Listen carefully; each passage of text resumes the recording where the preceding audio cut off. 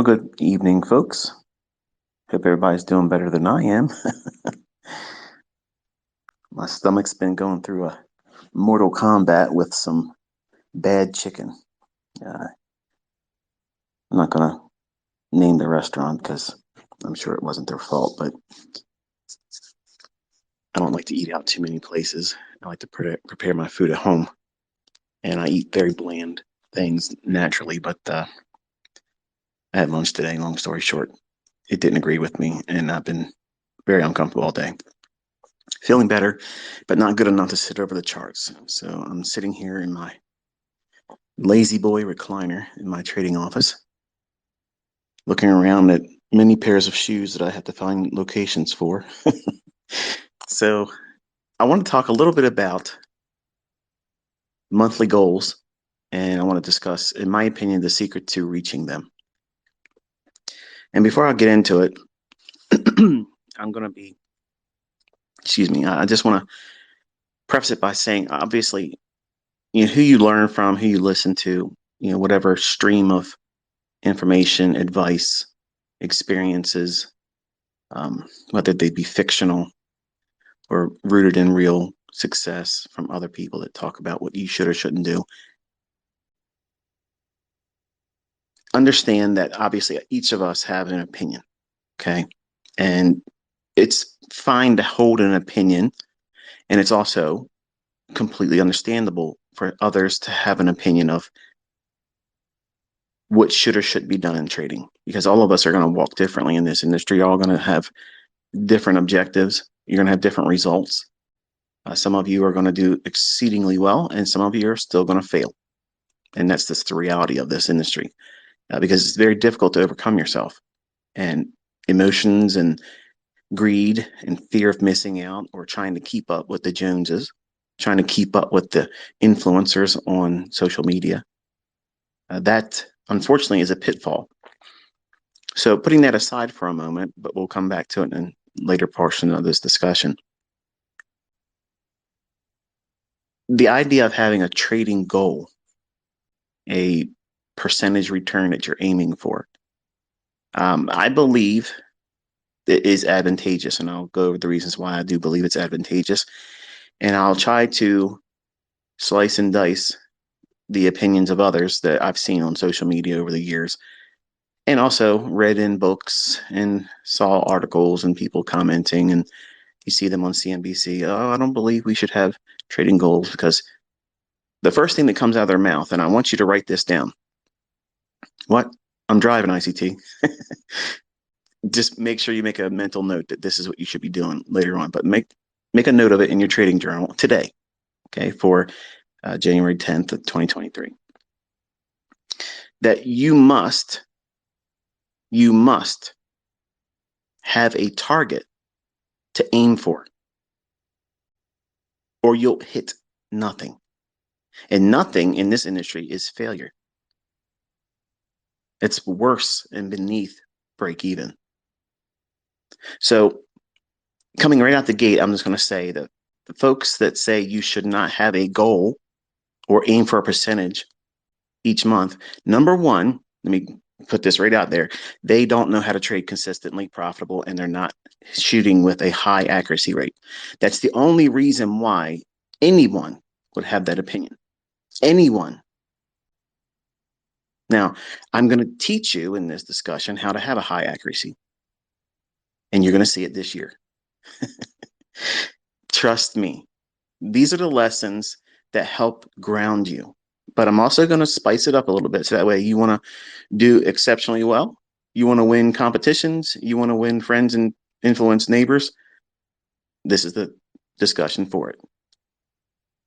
But write in your journal, underneath that, you have to have a goal, that anyone that has stated that you should not have a percentage return goal each month, they are misinformed or inadequate.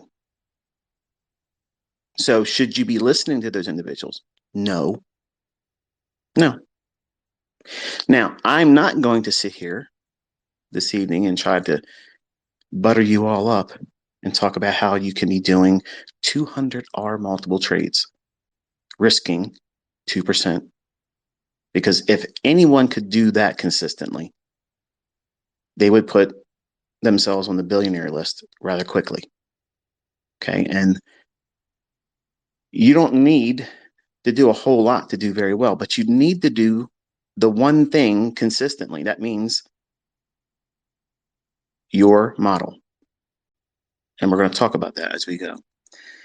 So I want to think about how I started and what got me into trading. And you've heard this, obviously, but I'm going to give you like the 3 or 4 sentence version of it. I wanted to make $1,000 a month.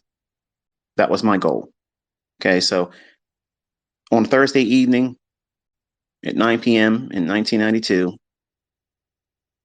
I concocted this idea that I would aim for a way of making $1,000 per month that could be saved and put aside.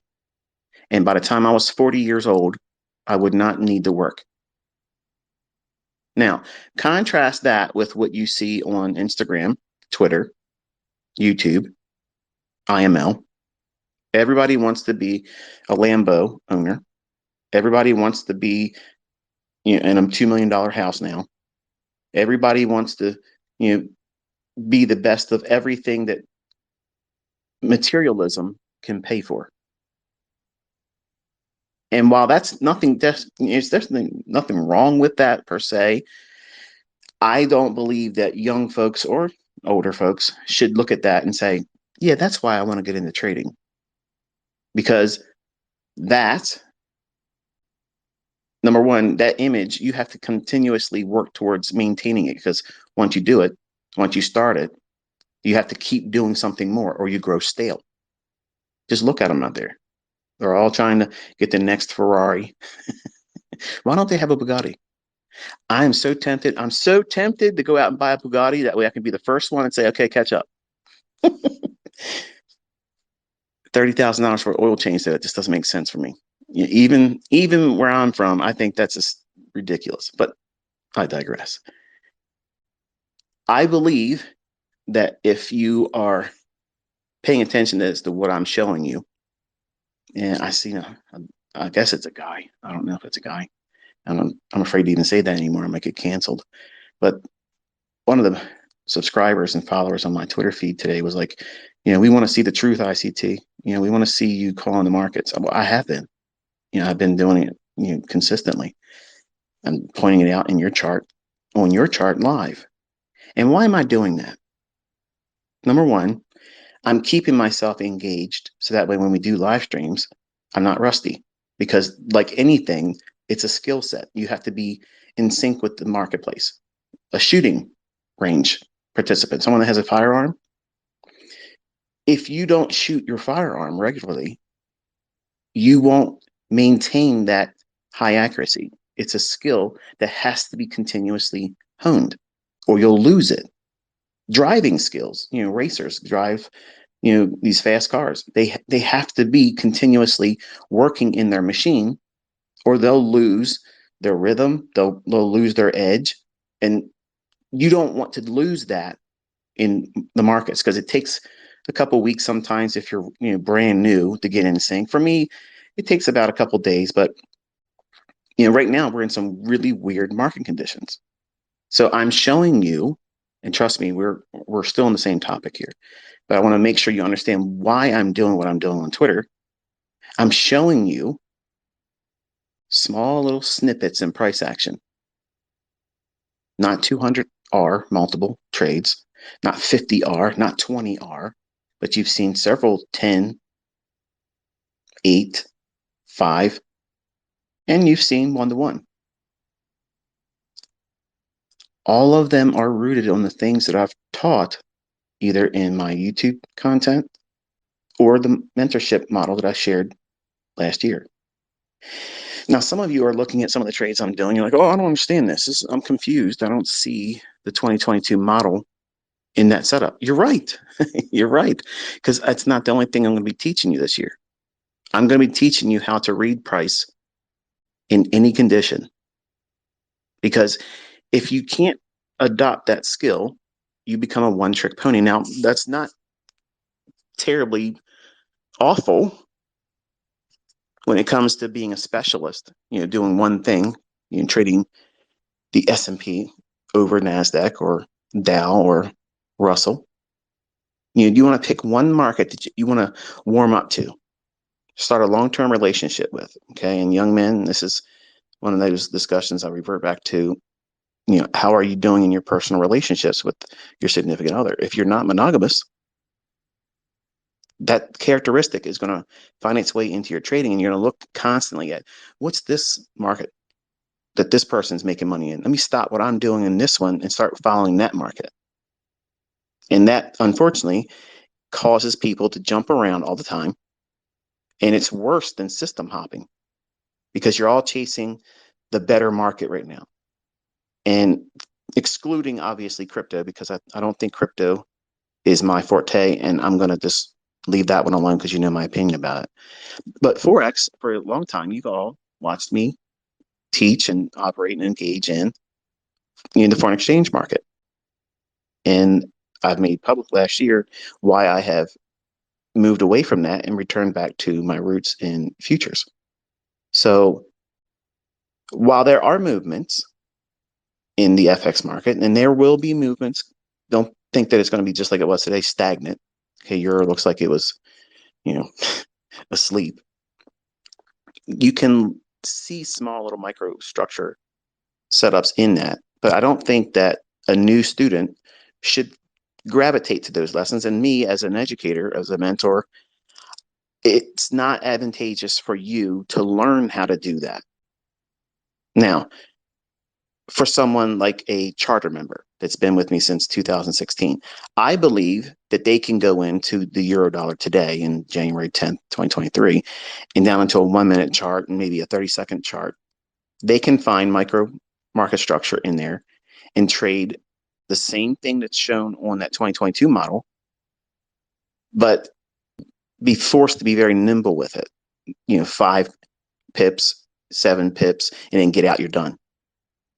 But to me, I don't believe that's something that you should be trying to do as a new trader. So what I'm doing is I'm taking you on Twitter and I'm prompting you to look at specific things in the marketplace. Whether you're able to see it live or not, you can go back and see they are absolutely right before it happens.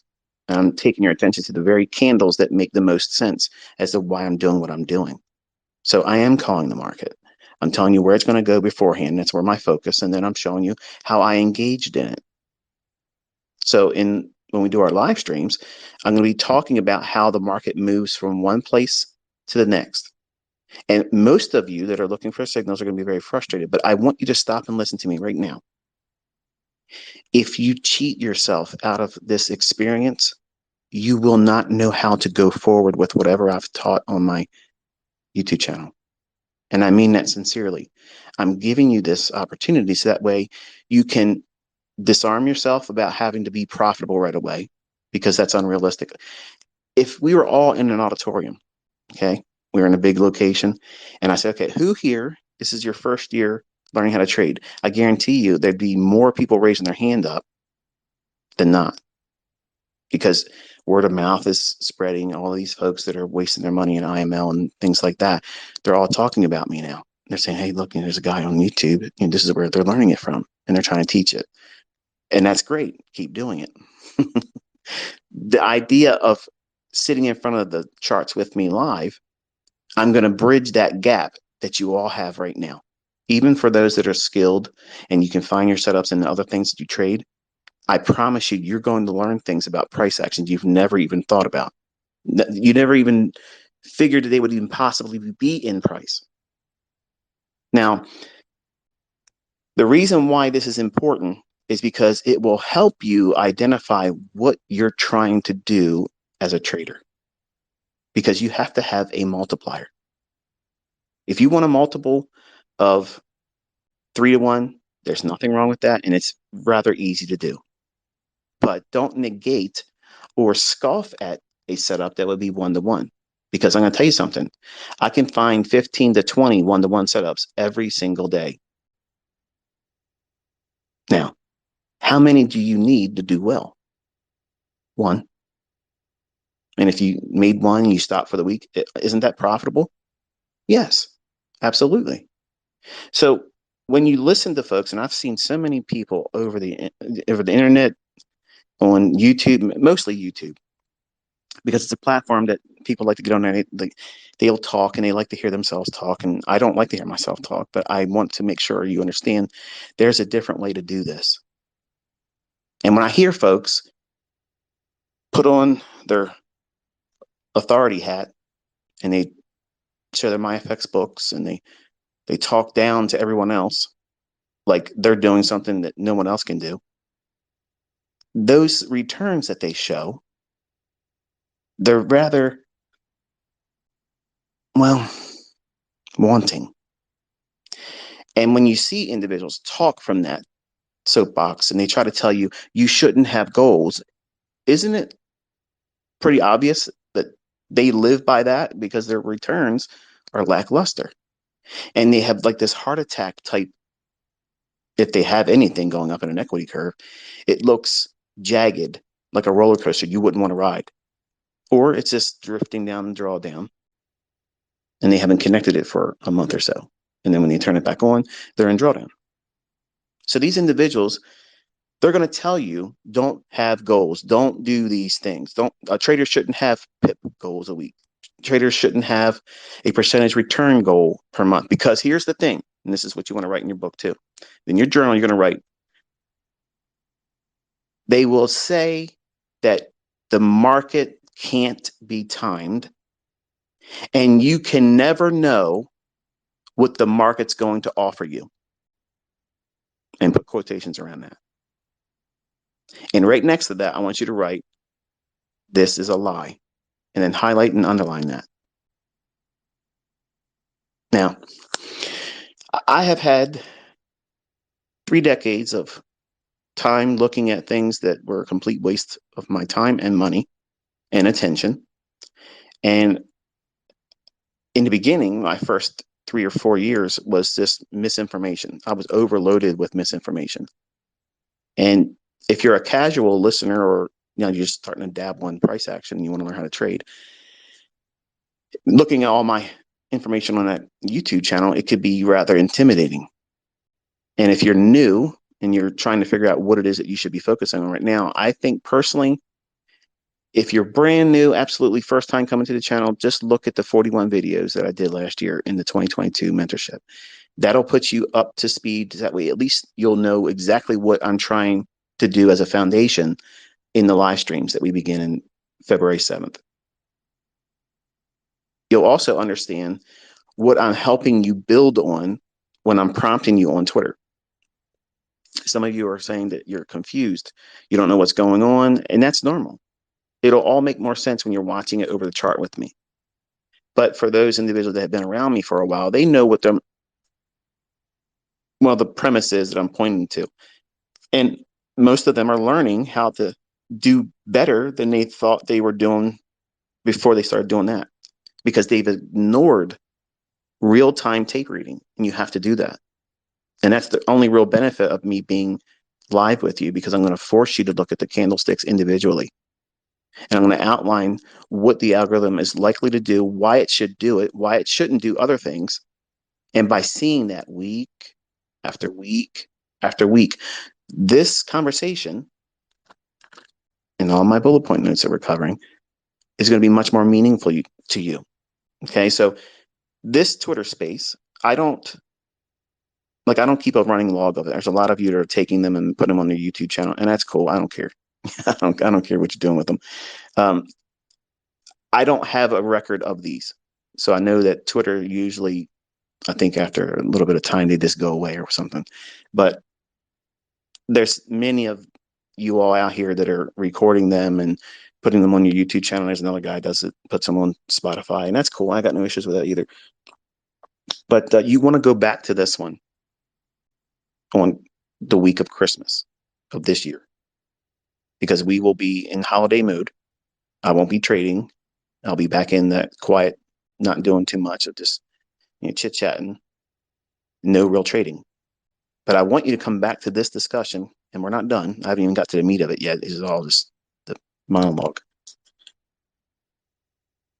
This will mean much more to you then. And when you go into 2024, you will have exactly what you're looking for. You'll know exactly what you're doing. Because this right now, for many of you, is year one. Year one. Year one, 95% of the time is not a profitable year for any of us when we first start trading. It wasn't for me. It was not for me. 1992 was my first year, and I started literally 6 weeks away from the end of the year. Exactly when I don't want to trade now. See the difference? Because I felt like I had to do it real quick, and I had no idea what I was doing. And then in 1993, I had a flash of luck, and then crashed and burned. So year two, not profitable. So it's normal for you, and let me remind you all, it is absolutely normal for you to be learning and engaging in deep study, exercises, back testing, forward testing, tape reading. I'm literally going to take you through the real process that I've always taught in private mentorship that 90% of my students just simply didn't want to do. So you're going to have no excuse this year. You're going to know what it looks like to back test, how to journal, how to look at the end of the week, how to look for setups, how to go back and find your model. All those things I'm literally going to walk through like a student would be expected of me. I'm going to do it with you. So that way you can see exactly what it is that you should have been chewing on every single day and every single week, every single month, every quarter. And then by the end of the year, now you have something to work with. Then you make a decision. How do you want to trade? What setup are you going to focus on?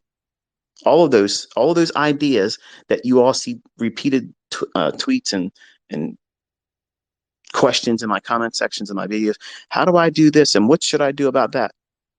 You're going to see that many of those questions are personal. You have to come to those conclusions independent and uniquely on your own.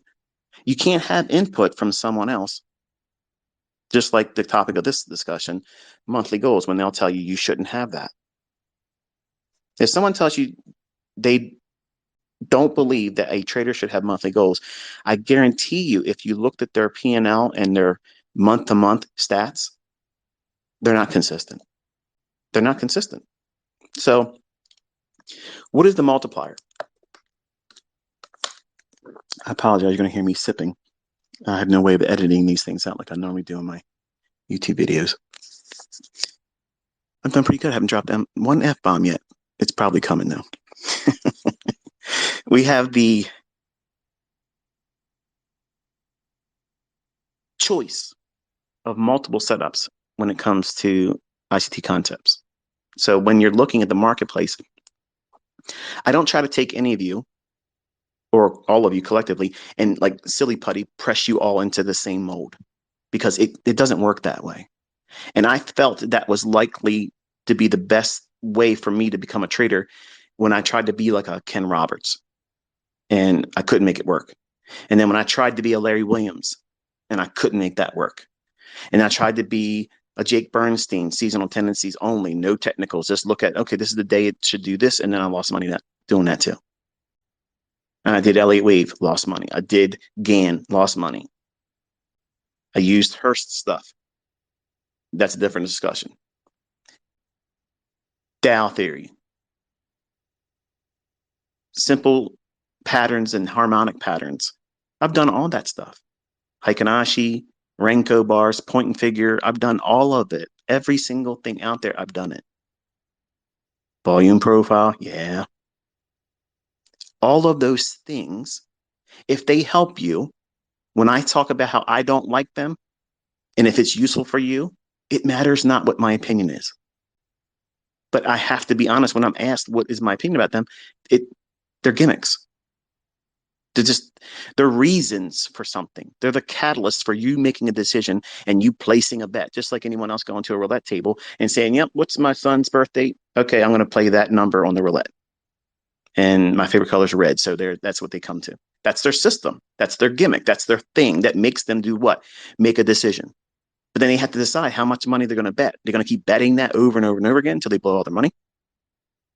So it matters not really what you're doing to get into the marketplace, because you can make money if you're a good money manager. You can make anything a coin flip. That can be utilized as a catalyst. But if you can't let your winner run and cut short your losing positions, it matters not what you're using.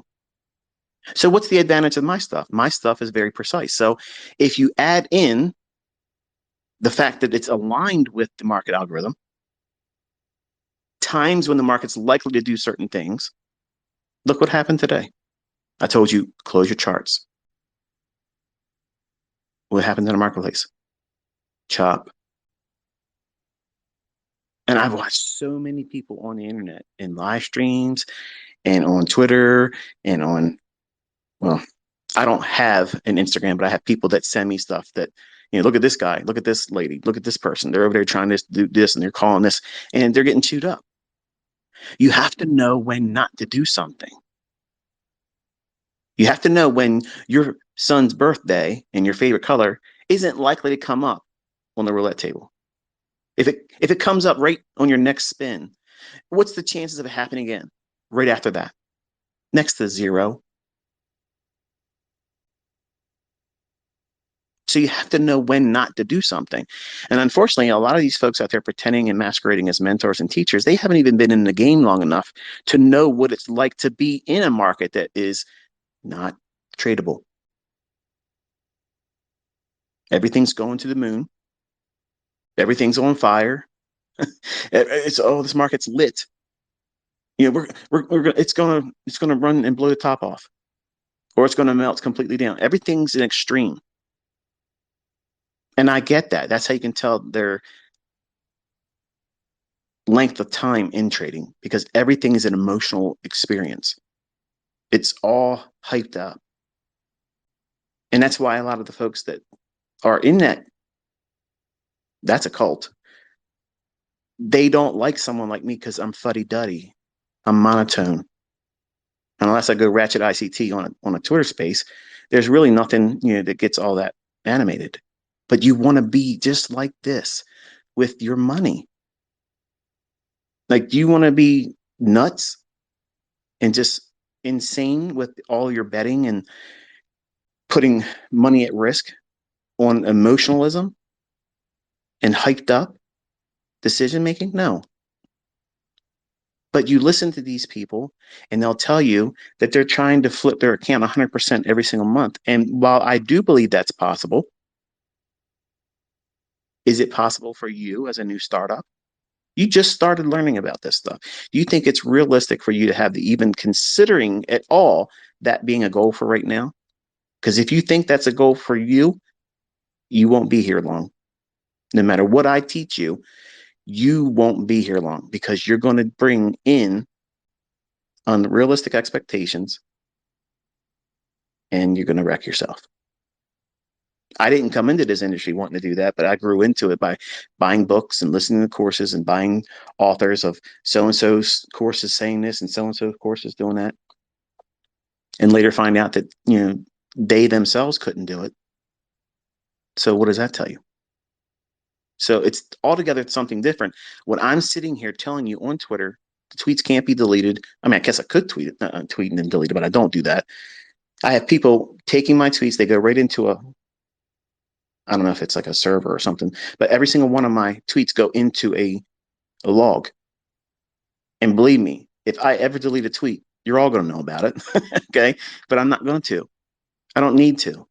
I love doing what I'm doing because I'm teaching you the foundation to building realistic monthly percent returns. Because you have to have a target. If you have no target, you're aiming at nothing. If you aim at nothing, you're going to hit nothing. So you came to me and people like me because you want to have the experience that we have or pretend to have. Now, clearly, I think I'm showing you that I can see these things before they happen. You're experiencing it. Just look at the tweets and look at the people's reactions. When you're looking at the chart and it's happening. And I know you're sitting there smirking. Right now, the corners of your mouth is turning up, that small little tug of a smile and smirk, because you know what you've been witnessing. You know that my slogan is every week, every day, and it won't stop. I'm proving it. Now, you will be able to do this skill set, but you will not in year one be able to go out every single day and find a setup like I'm doing. That's not realistic. Year two and a half, three, yeah. So, what is a goal for you? As a new student, what is reasonable ICT? What should a new student hope to do by the end of year one? Number one, your first year is discovering who you are as a trader because you're going to go through all kinds of seasons, not just four, okay, not spring, summer, fall, winter, okay. You're going to have some wild, crazy experiences in your own development because there's going to be times where you think you figured it out. And then all of a sudden, you're going to go into a tailspin and you're going to experience something else in the marketplace, which is a quarterly shift. And it's going to feel like everything you're doing, because you haven't aligned yourself with the market, what it's doing then, it's changed, but you haven't seen it change yet, or you're resisting it. And you're going to insist on taking a square peg and putting it into a triangle, and it's not going to fit. And you're going to be frustrated. And you're going to think, oh no, these things are being manipulated now. They're changing the algorithm. I'm not changing shit. It's staying exactly the way it is. So you need not worry about it. But you're going to be trying to think about how you are feeling, and you're never going to be able to do this. And that's not the right way of doing it. You have to relax and allow yourself to observe, experience these changes in the marketplace. They're quarterly shifts. Don't hold your opinion or your bias too hard or firm because they will be ripped from your hands. Whether you want to relinquish the grip or not, it will happen. So you want to hold things lightly. That way, when you see trouble arising in your trade, you don't go in and say, oh, I'm going to hold on and I'm going to move my stop away from where I had it initially, if you even used a stop, like I see people on live streams doing. That's a telltale sign that that person doesn't know what they're doing, because if they knew what they were doing, they would not be moving their stop once it was placed. They just submit to the fact that they're going to get stopped out. There's nothing wrong with that. There's absolutely nothing wrong with it. That mechanism is there for your protection. That's what you're paying the stop to do, its job. Limit how much I'm willing to take as a loss. Not, I'm in a trade, I'm holding on longer, it's not moving fast enough for me. So what am I going to do? I'm going to open my stop up more and take on more risk. How is that a good idea? See, you're going to have that experience. You're going to feel like doing that. I'm going to force you not to do that this year. And you will learn. I will teach you. By the numbers, you will be better than you are right now. And you're going to know more about price action than anybody else can show you. When you sit down on Twitter, whether you're doing it live with me or you come back to it later on when you get back home or you find time to go through it, it's important for you to understand that those tweets are time and date stamped. I can't change them. I can't edit them. I don't have a professional account or whatever they offer where you can edit your tweets. I don't do that. So when you look at these setups, if you look at these draws of liquidity, it's important for you to start monitoring what price does from that moment there. Now, if you can't watch it live, you can go onto TradingView and watch it in market replay. It's not the same as watching the candles paint real time. And you can't do a demo trade or a paper trade with market replay on TradingView. And I hope they never allow it. I hope they never allow it, because it's wonderful for me to be able to do what I'm doing, because there's no excuse for why you can't trust this as real time. I made a post earlier today. One of the new students sent me a message, said, hey, you know, when you teach with a demo, you does it bother you other people say Oh, he only teaches in demo. And I've come to the conclusion that most recently, a lot of the folks that have that opinion of me, and I've always had that opinion. I mean, it's always been levied against me because they want to see me perform in a live account because they just want to be like I'm a entertainer, like a WWF wrestler. Like they want to pay a fee, which is their time, and I'm obligated to entertain them. No, I'm not. If I'm not entertaining you with precision with a demo before it happens, what difference does it make how much money I'm making? It makes no difference whatsoever. You just want to see that experience. So explain why I'm able to do it with just the paper trades because I'm showing you that it's before the fact. And there's no answer to it outside the fact that it's really there. It's happening. And you can learn it instead of arm wrestling me, learn how to do it. But the student says to me, does it bother you? I was like, no, because these same individuals that are levying their opinion about whether it's being taught in a live account or if it's in a demo, they're trading with funded accounts. And funded accounts are demo. So where's the argument here? They have relevance to their own trades in demo and hope that they can be profitable because then the funded account company would pay them a profit split based on that. Do you see anybody arguing against a funded trader who gets a withdrawal while trading their demo accounts? Nobody's arguing against that. But they're going to say that about what I'm teaching you to do because they don't want you learning what you're learning here because they're all trying to sell services. I'm selling you nothing. So this entire year, you're going to have all kinds of distractions thrown at you. And you have to make a choice. Do you pay attention to that stuff or do you see what's working? Because I'm working. I'm working every single day. I'm putting it in front of you. I'm keeping you engaged. And there's no ad revenue on Twitter. Okay. I'm passionate about this. And I want this last year of my time with you all to be meaningful. And I want you to get the most out of it. But if you're going to be lackadaisical about it and have no targets, you thought I strayed off topic, didn't you? You have to have a target. You have to know what it is that you're aiming for. So what's reasonable? At the end of the first year, your goal should be able to target 6% per month. And some of you are like, what the fuck? 6%? Come on, ICT. Seriously? Like, I want to do better than that. Your first year, you're probably not going to because you're going to find these barriers that you don't even realize you have yet. You don't even know what you don't know about yourself yet until you get into that trading account, whether it be funded through a prop firm or your own money. You don't know what it feels like to have a trade on that you thought damn well it was going to do what you thought it was going to do. And you took your stop loss off because you don't want to be wrong. You don't want to be wrong. You're going to take your stop loss off or open it up, and then, which would have been a 1.5% loss, now became a 5% loss.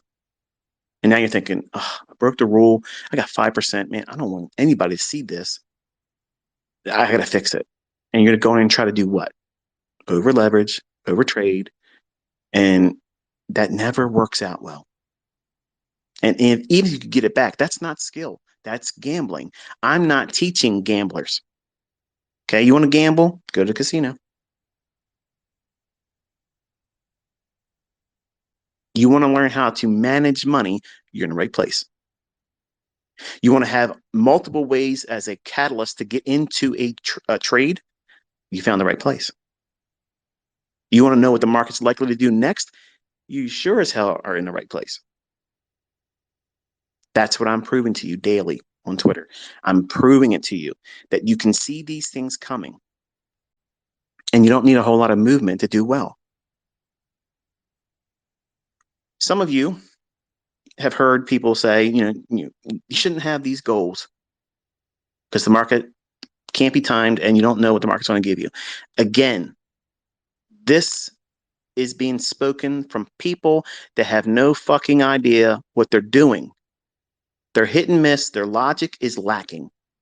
They're looking at retail indicators And they're only taking trades based on that mathematical acrobatics of what price has already done, calculating all this bullshit, spitting out some kind of indicator. And instead of looking at price and watching what the fuck that's doing, where's it going? Where's it come from? They're spending all their time and anxiety pouring over indicators, thinking that that's going to be what? The crystal ball. That's the thing that helps them figure it out. That's their edge. That's their secret weapon. They won't believe that there's an algorithm. They won't believe that the market's literally being controlled to every smallest degree based on time, then price. Now, this has nothing to do with time. It's only what has happened already.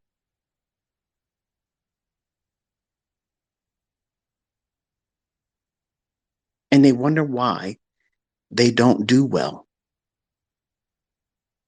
But they're selling courses, they're selling services, they're selling signals. When their returns and their setups don't even yield or warrant anyone wanting to pay for it.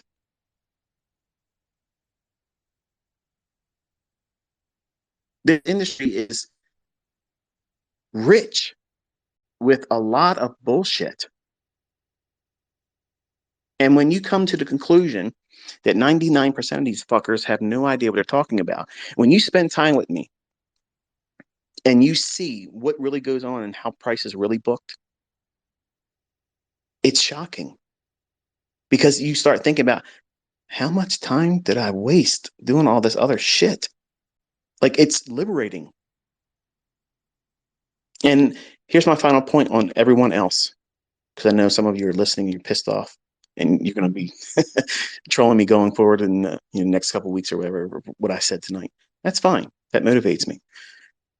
This whole discussion tonight was a response to someone that was talking shit about me in comments in somebody else's video about how monthly goals shouldn't be, utilized. Traders shouldn't do that. I'm like, really? And then I'm sitting here. I got a rant. I got to get it off my chest. So if anybody tells you that you shouldn't have a monthly goal, they're full of shit and they're a fucking clown. Okay. I'm going to show you this year how you can do this. 6% per month is absolutely doable, 100% doable.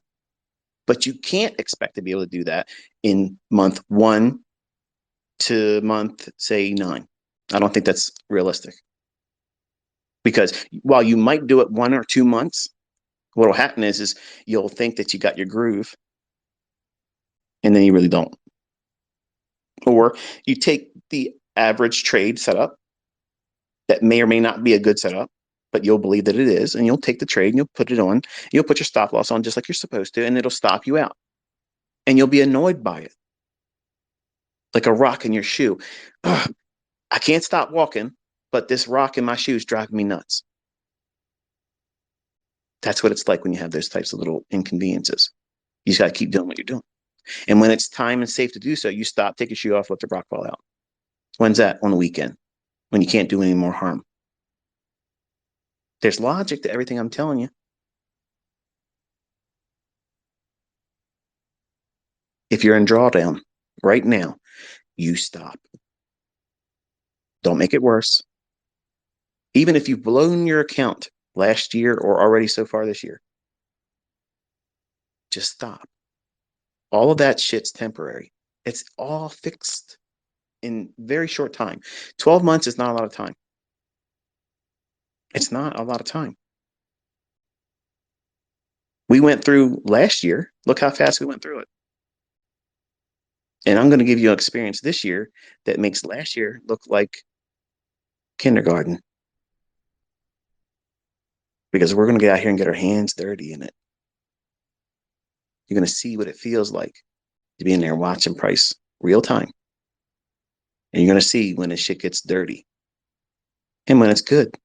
And you're going to know when's it likely to hurt me? When's it likely for ICT to get it wrong? And when is it right for ICT to get it right? See, that's what you want to have, a mentor that can do that. You don't want to listen to these fucking clowns, okay, that are out there showing you Oh, this is what I trade I did here. I think I took a trade somewhere in here. What? What? If you're going to sit down and do a video, okay, listen to me, folks. Okay, if you're doing YouTube videos and shit, you're running all this horse shit on YouTube. If I see another motherfucker go on YouTube and say, "Yeah, I did a trade. I think I took a trade anywhere somewhere," it's the same fucking day. You can't show me where you got in. Where's your price at? Where was your price? Where was your stop? Where was your target? Why the fuck can't you do that? Because these people don't trade. It's all bullshit. It's all fake. Okay. That's why I'm doing what I'm doing on Twitter. That's why I do the recordings. That's why you see me execute. That's why you see my entries, because I'm showing you over and over and over again the logic that you are wasting time right now in your mind thinking will be reversed. And you're like, oh shit, this stuff really does work because he's engaging the marketplace exactly how he says. I'm not making shit up on the fly. It's the same shit all the time. All the time. It's the same thing repeating over and over again. It's going to have slight little variances to it. Over time, you will start to see them and recognize, oh, it's still the same thing. But these individuals that will tell you don't have monthly goals, they have no sustainability, no consistency, because they lack what it is that they're looking for all the time. Why? Because they're looking at fucking indicators. Indicators are always going to vary. Take, for instance, harmonic patterns. Okay. You want to trade the harmonic horseshoe crab. Okay. There isn't one that, but I'm being facetious because I can't stand this bullshit. And I wasted time and money on this stuff. Okay. Did I make money with it? Yes. Did I lose money with it? Yes. I found something better. I found the real market. All of that shit is nonsense. Nonsense.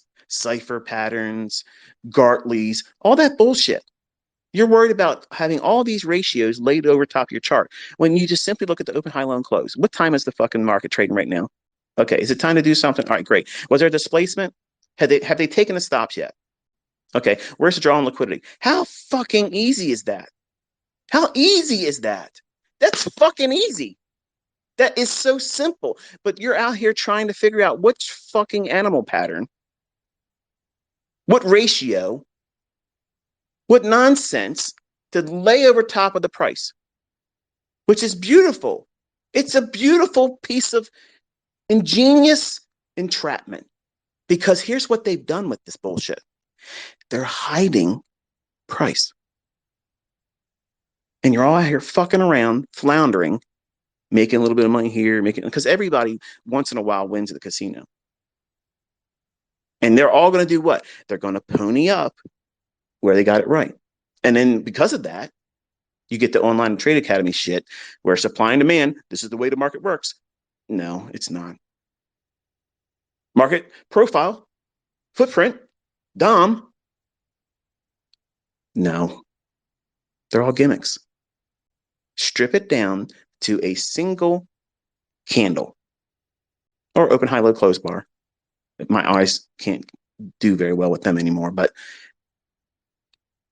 the open price, the high price, the low price, and the closing price, and time of day, day of week, what month of the year. All this shit matters.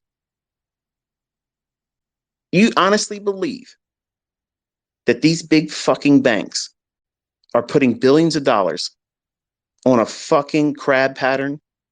Are you kidding me? Are you fucking kidding me? You really believe? If you believe that shit, you just must have turn this off and stop doing trading, because I guarantee you're not making any money. You're not going to be consistently profitable. You believe nonsense. That's fairy tale shit. That's nonsense. They're not going to put billions of dollars behind some nonsensical horseshit harmonic pattern labeled after an animal pattern. Think, folks. Please just stop and think. Do you really believe that investment banks are going to do that? Do you think they're going to be buying fucking diagonal trend lines? You think they're doing that? They're not. They are not. That's the bullshit that they've thrown out to all of you and me when I first started. And we chase all that shit. And we lose our money and say, fuck it. It's just too hard for me. And I'm just never going to do it. Because they know that's 90% what happens. And you don't ever really investigate the clues that they have hidden from you by doing everything fucking opposite to what these books tell you to do.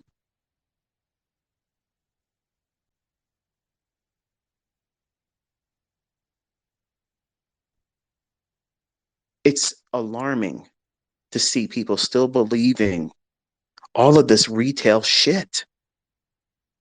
Even after the years I've been out here doing this and showing it and proving it, all these other students now making real money with it, but they'll still tell you you shouldn't have monthly goals. Why? What are they missing? What's missing from their approach that prevents them from seeing a consistent market return or percentage, or why they shouldn't even aspire to have one? They don't have a model that repeats. They have something that evolves constantly.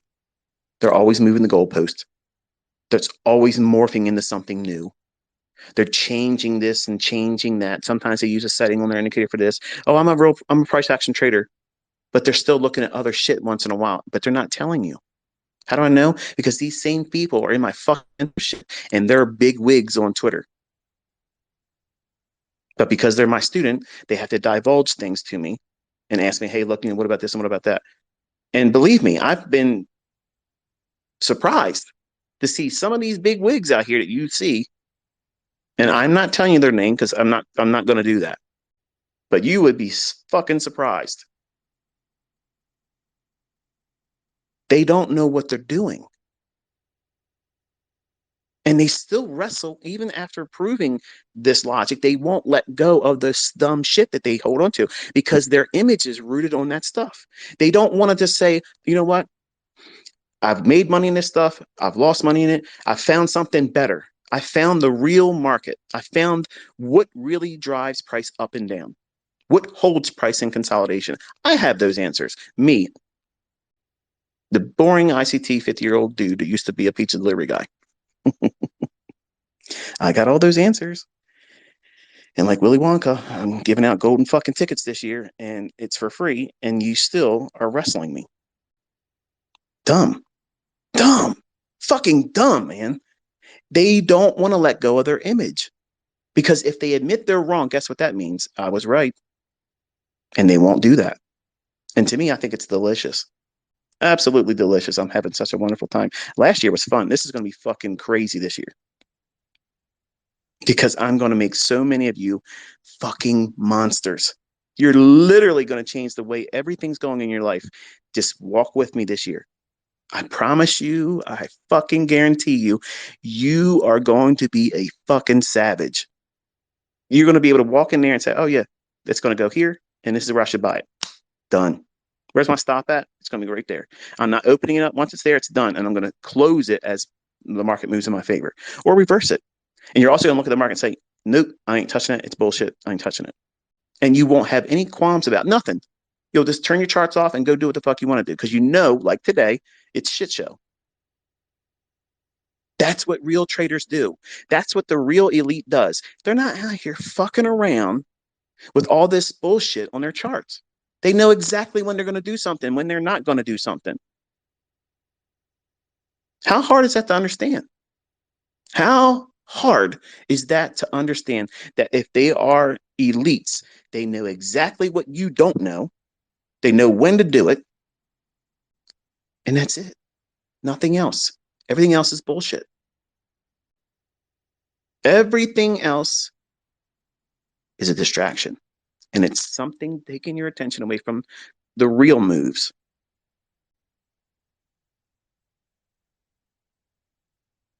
6%.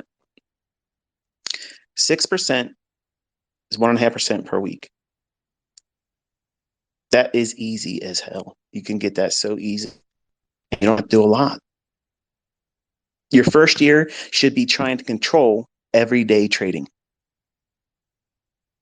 Everyday trading is a loser's recipe. You're going to get terrible results by doing that. Tomorrow, You should not be trading. That's your homework. But ICT, I want a demo. You failed. That's it. You failed. I'm telling you to not do something to test your discipline. And if you don't have discipline, you're forging it by doing this. You're creating something that you lack right now. Discipline. Well, why don't you want us to trade tomorrow? I'm not trading tomorrow. Oh, because you're not doing it. We shouldn't do it. You're fucking right. What am I waiting for? Thursday is CPI. Every time I've publicly shown this year, no, I'm sorry, last year, I was dead wrong on where I thought CPI was going to go. I have to wait, just like you have to wait. The market's waiting for that. Thursday morning, it's going to be a lightning bolt, up or down. One, just like that, it goes 100 handles or so. And you're either going to get ruined if you're in it, or you're going to be shocked how fast it goes to where it goes. And then after that, we can go in there and start looking for liquidity and inefficiencies. And I think the PM session on Thursday and Friday will be the next real opportunity. But you have to do what? Exercise personal responsibility and self-control, and not do what it is you think you should be doing, because it feels what? Counterintuitive, counterproductive. You're here to learn how to trade, so let me get in front of the market and do a trade. I should be doing that, ICT. No, you shouldn't. You don't need to be doing anything, because the market's primed to do what? Wait for the big news on Thursday. You honestly believe there's a lot of people squaring up positions to do something ahead of CPI? No. Think of it like FOMC rate announcements. The market moves around, yeah, but nobody's really establishing major positions ahead of that shit, because it can go all over the place. And many times do the very opposite of what you would expect based on the release or the rate announcement, or to whatever fundamental data they use.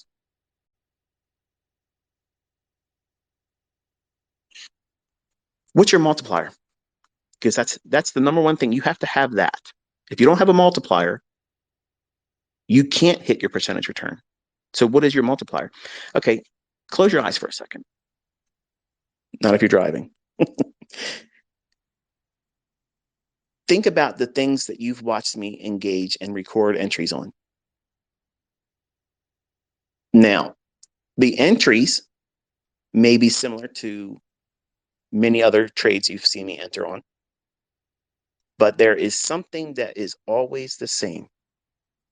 I'm aiming for something. I'm either aiming for a fair value gap above where market price is if I'm buying. If it reaches up into that imbalance, that's where I'm unloading. Or if I'm bullish, I'm aiming for an old high or relative equal highs, something with buy side above it. I'm aiming for that, because that's where the market's going to gravitate to. Every single one of these traders that will tell you don't have a monthly goal, they don't trade that way.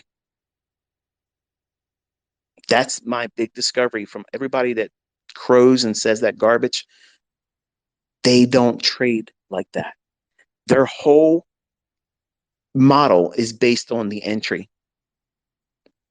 And I'm going to show you this year in live streams. The fucking entry is the least important thing. I'm going to purposely get in trades already moving, because you're afraid right now. You're afraid of missing moves. And that's the least concern that you should have right now. There's so many fucking moves every single week.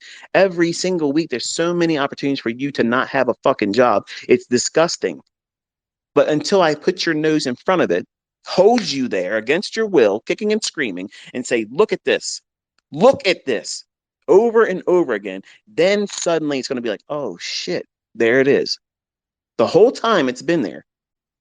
And you're complaining, I don't know why it doesn't do this. And I don't know why, because you're making a mountain out of things that are not important.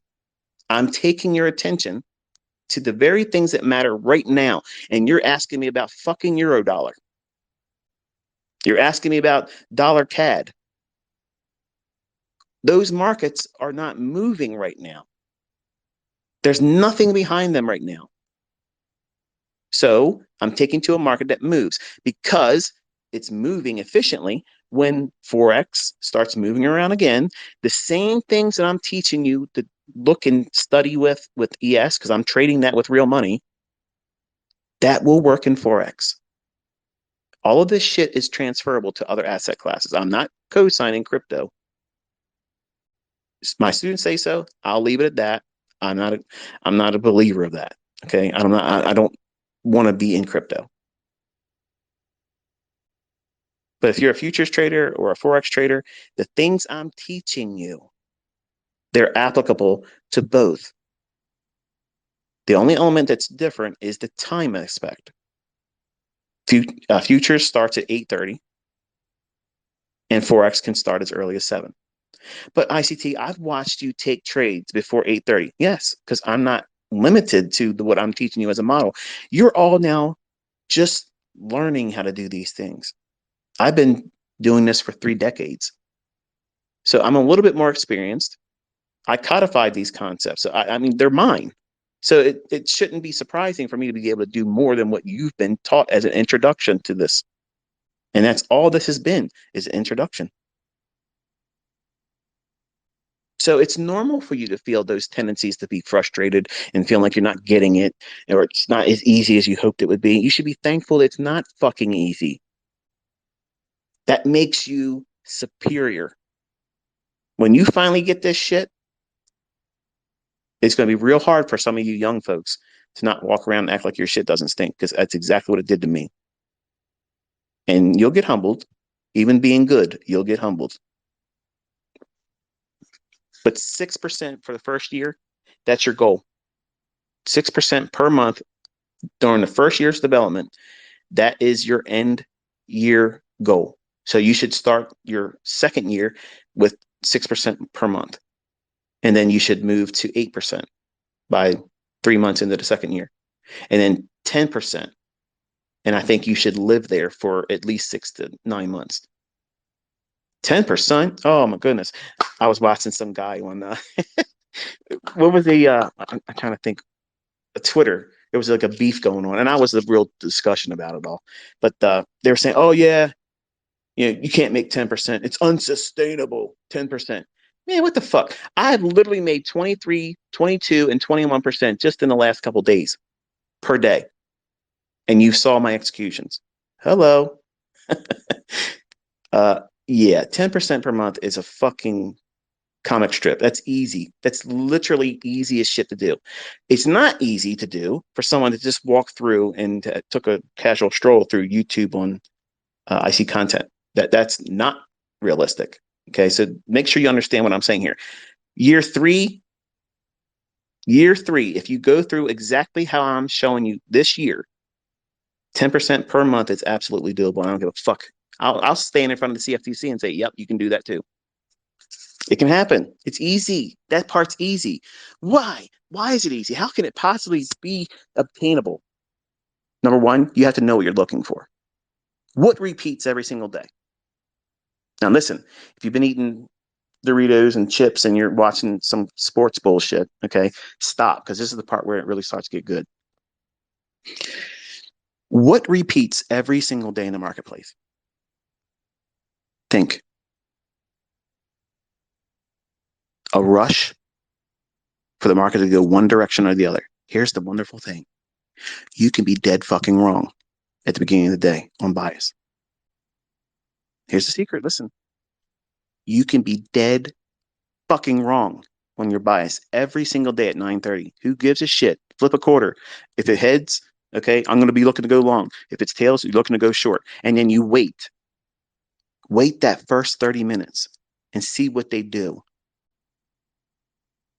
If you had a liquidity pool that they're aiming for or likely to be aiming for, in other words, if you think that the market was likely to go up to take out an old high, run some buy stops, right? And the market just immediately tanks. First 30 minutes, this is going down, down, down, down, down. Okay. Well, now you have a easy decision to make. Is there a fair value gap that decline has created and left in its porous wake? In other words, as it's dropped down, did it leave a fair value gap up there that it can go back up into? Some of you that are scalpers may say, okay, I'm going to trust a counter trend move, I'm going to trade up into that, and that's my trade for the morning. That's it. I'm done. Others would wait for it to go up into that fair value gap and then run to another lower low. That's a bread and butter setup. Both of them are. Which one would you personally feel comfortable doing? That's the problem with all of you. You want whatever I've done recently, that's the model you want to do. Much like when you now have seen multiple times now where I say a range shouldn't be filled in, or this is a balanced price range. My stop loss can be ultra tight, and I'm showcasing that and proving it and typing it out, saying this is exactly what it's not going to do. And now you want to abandon every other pursuit in your learning to now discover that. Because if you could just do that and put that on YouTube and on Twitter and on Instagram, you're elite. That's bullshit. You're wasting time doing that stuff. It's not to say that it's not important to learn, because I'll teach it to you, but that's not it. You have to see what happens every single day. The market's aiming for liquidity. Period. That's happening every fucking day. Every day. And next week, I'm going to have an exercise for you every single day. You cannot do anything until 10 o'clock. And then we're going to be looking for a pool of liquidity above or below the marketplace. And you have to engage that for 5 handles. And you have to do it every single day next week. Oh, what if I fail? That's fine. It's okay. You're doing it. And doing it is like working out. You don't get abs the first time you did sit-ups. You're not getting a 6-pack abs just because you watch some guy on YouTube do them. You got to get out there and do that shit yourself. So this is how you do it. Every single day, the market seeks liquidity. That's the benefit in being these lower time frames, because there's so many fucking chances to do that. And 5 handles is 5 handles easily done. Now, let's return back to that multiplier. Folks that don't have a model that repeats, that is absolutely generic, that keeps repeating over and over and over again, that's not linked to sound logic, but it's rooted in all kinds of indicator horseshit, they have no idea what pattern is going to set up next. They're just reacting to whatever the indicators are saying. They can't forecast it. They don't know when it's going to happen. Contrast that with, we know exactly when the fucking shit's occurring. We like the last hour of trading. That right there, some of you, that's the land of milk and honey. Because you have all of the day behind you, and you have that last hour of trading. If you see that last hour hasn't ran out a target that it's obviously aiming for, that last hour becomes real easy to trade. Or if it hits it in the afternoon session, and we start going into that 3 o'clock hour to 4 o'clock Eastern time, and there's a small little shift in market structure, and it returns back to a fair value gap, look for a pool of liquidity on the 1 or 5 minute chart.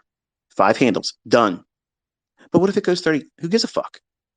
You're aiming for 5. 5. Okay. You're doing this to make money. You're not doing this to impress people on fucking social media.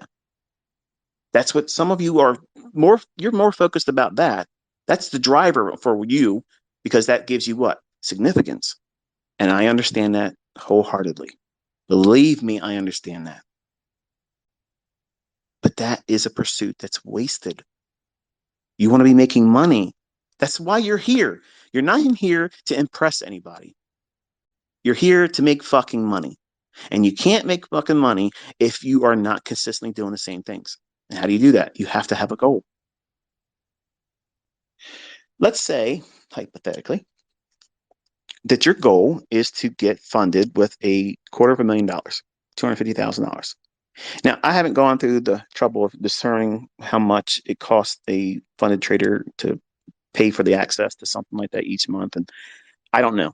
Okay. But you're welcome to tweet to me and say, this is what that company does here. To get $250,000, this is what you have to pay for. This is what you have to do, and the whole business. Okay. I don't know that. I'm just giving you some ideas to think about. Okay. But if you had $250,000 that you were funded with, whether collectively or individually in one prop firm, and you're aiming for Now you're in year 2.5 to 3 years. Okay. So you're looking for 10% returns per month. That's 2.5% per week. Now, some of you that are probably educators or mentors listening to this shit, maybe you're a professional trader, maybe you've been doing it for a long time and you think, everything I'm saying is horse shit, whatever. I'm going to prove all this year. 2.5%. If you're telling me that you got in this business and you can't make 2.5% in one fucking week, what the hell are you here for? Like, what are you doing? 2.5%? Like 2.5%. You can't do 2.5% in a course of 1 week. If you've been doing this for 3 years, you're doing something wrong. And I'm telling you, you're doing it wrong. Less than 2.5 years, if you're thinking you're going to get 10% consistently every single month, then that's not going to happen. So let's be real. Okay. Can someone that's been versed with price action do 10% per month consistently? Yes. How? How can that be done? Well, number one, let's strip it down to the basic math, and then I'll tell you how to apply your multiplier to it. So you have $250,000 and you're aiming for 10%. So you're trying to get $25,000 for that month. So you take your 25,000 divided by 4. That needs to be broken up of, and then we're going to use just one market, and we're going to say my baby is ES. Okay. E-mini S&P. You're not worried about what NASDAQ's doing. You don't give a shit what Forex is doing. You don't care what crude oil is doing. You don't care what Bitcoin's doing. You don't care about the new coin coming out. You are focused on one market. That's it. You take your 25,000, divide that by 4, and then you take that and divide that by 5 days. But you just sat there saying that everyday trading. Yeah, you're a new student. I'm trying to take your attention away from trying to be an everyday trader when you don't know how to trade right now. There's time for all of that once you know what you're doing. You can trade every fucking session after you know what you're doing. Multiple times in the same session, you can do it. You can buy and sell in the same session once you know what you're doing. But right now, you don't know what you're doing. You're going to hurt yourself. So if I'm going to teach you, I'm going to teach you the correct way. And that means I'm going to give you realistic timeframes for when things should be expected. What happens if you do really, really well? Could you do it sooner? Yes, but that shouldn't be your goal. You should be doing this with the intent that you're going to do it with these timelines in mind, with the intent that you're going to get good with the proper amount of time to allow you to develop into it. Okay, 10%, Michael, that's a little too much for me now. Give me something more realistic. Okay, let's say it's 3%. Oh, a month? Come on, Michael. Seriously, 3%? Dude, that's like your stop loss. Yes, but here's the thing: $250,000. And if you have 3% as your model, you're aiming for 3%. Can you hit 3% in year one per month? At the end of it, yeah, I believe you can. Consistently, probably not every single month because you're still developing. But I think in the same frame of 2.5 to 3 years, I think 3% every single month is absolutely doable. What's the math on that? Well, for $250,000, and you're trying to get 3%, that's $7,500 per month. So you take that same thing, divide it by 4 weeks. And I know some of you are thinking like, this is anybody could do this is elementary math. Yes, but I want you to think about how you're not doing this. So it's so easy, you know the math, but you're fucking still working. Okay, you're still doing fucking oil changes at fucking Jiffy Lube. Okay, and you're going to talk to me in the comment section about how you say this and you say that, dude. If it's so easy, you do it. You record yourself. You go on Twitter, say what it's going to go to next, and you do it. Okay, and I'm gonna see you fucking flyboys doing that. So you got $7,500 on $2,500 equity. So you funded with $250,000. You're aiming for 3%. Now, some of you are thinking 3%, fuck that, that's not enough. Listen, folks, listen to the math here. $7,500. Are you making $7,500 right now at your job? Does your boss love you so fucking much that they're rewarding you for 40 hours or more a week in the tune of $7,500 a month? Chances are you're fucking not. Okay. Now, some of you probably make more than that, and that's fine. That's great. Well done. You're still a slave. But $7,500, divide that by 4 weeks. It's $1,875 a week. Now, that's not a lot of money. That's not a lot of money, and that's an easy objective to reach, especially if you're working with $250,000. So you do the same thing. You break that up over points. We're doing with the S&P right now, okay? So if you take $1,875, divide that by $50. That's 1 point, okay? Or one handle. 4 ticks is one handle or 1 point in the S&P. That's $50. Divide that $1,875 by 50. That means you have to earn a net gain of 37 and a half handles or points for the week. What? How am I going to do that? Well, per day, it's only 7.5 points. That's easy as shit. That's fucking easy. Now, you split that day of 7.5 points into 2 sessions. You have the morning session, you have the afternoon session, divide it into lunch. You take a lunch hour, go play some PlayStation, Xbox, take a nap, whatever. Come back at 1:30 and work till 4 o'clock and aim for what? The same thing you try to do in the morning. You got 7.5 points that you got to make. That's your goal. That's all you're aiming for the day. You try to get 3.75 handles. That's 1 tick less than 4 handles in the morning and in the afternoon. So aim for 4 handles in the morning, aim for 4 handles in the afternoon, and that covers your commission costs. And you'll net 3.75 handles. You do that every single day. Or if you're a swing trader and you say, okay, I can see something on the hourly chart that's going to probably move 40 handles, well, then you just do one trade and you're done. But you can split this up into small, little, tiny, bite-sized pieces. And if you've watched what I've been doing and you think that 4 handles is hard, you haven't been watching enough of my videos. You haven't been watching enough of my executions. 4 handles is nothing. Like 4 handles, that can happen in less than 5 minutes, 2 minutes. Like in some instances, on one minute candle, it can do 5 handles because I'm taking you into the time when the market's likely to move like that, aiming for a direction or a bias that's attacking a pool of liquidity or aiming for an inefficiency. You're not looking at indicators, you're looking at shit that repeats over and over again. So you could be taking that $250,000 account and parlaying that up to $7,500 a month, doing around $80-some thousand a year, not doing very much to do it. It's all about how you understand what repeats. I'm showing you these small little movements intraday because when you look at all the social media stuff, they all show you these big, massive runs in price that they just got lucky with. I'm showing you week after week, day after day, 100-handle moves, 50-handle moves, 30-handle moves, and I'm talking to you right now about 4 handles. That's one less than the 5-handle model that my son uses. 4 handles, folks. That's easy. That's so easy. It's insane.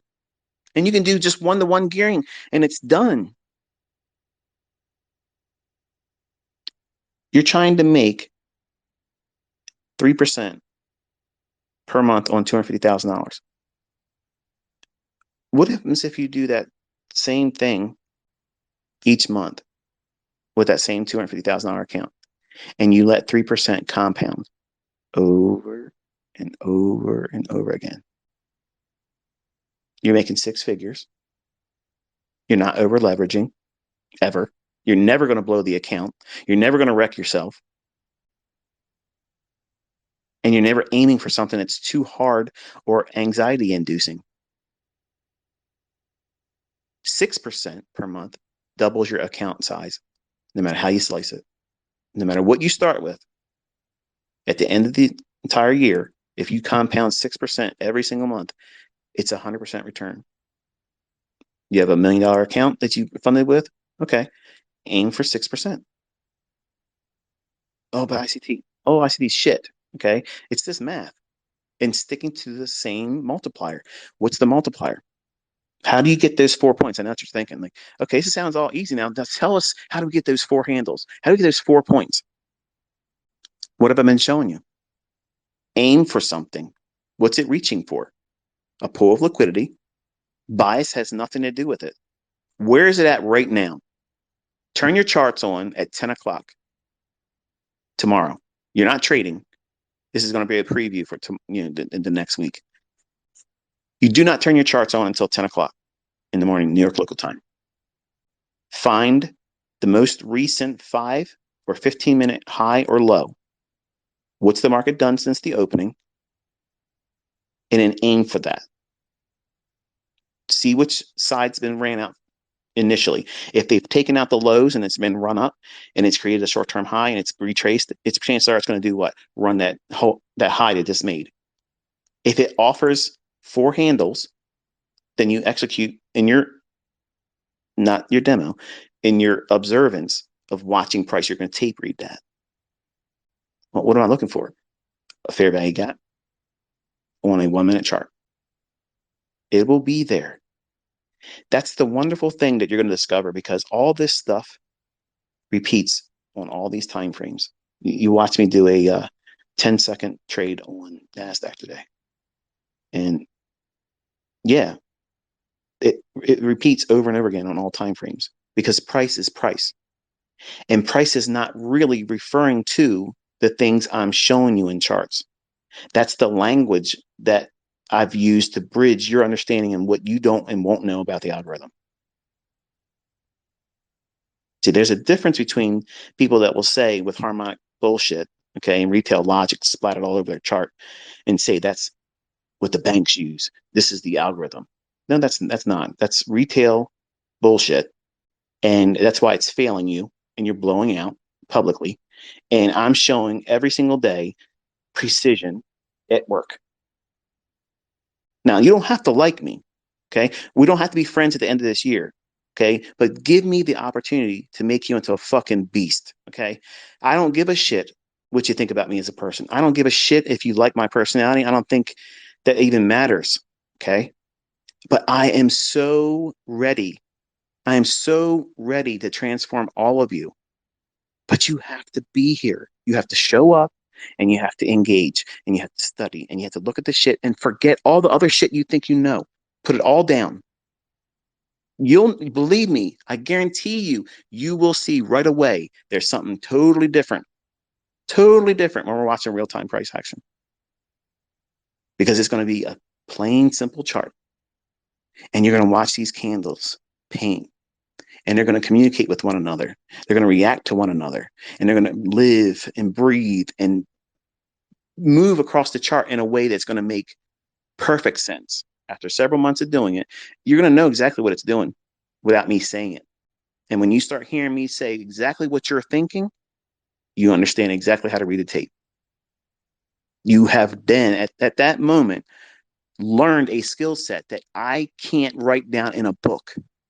I can't make a video for you, because that's what you want. You want these 5-minute trainers. Learn ICT concepts in 5 fucking minutes. Man, seriously? You can't.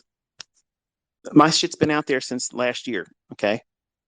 I want to see these individuals that are saying they can do it in 5 minutes, and these 5-minute video trainers go out and trade it live. Go out there on Twitter like I'm doing, call the level it's going to be traded to next, and then record yourself doing a precision entry with a stop loss and targets being filled.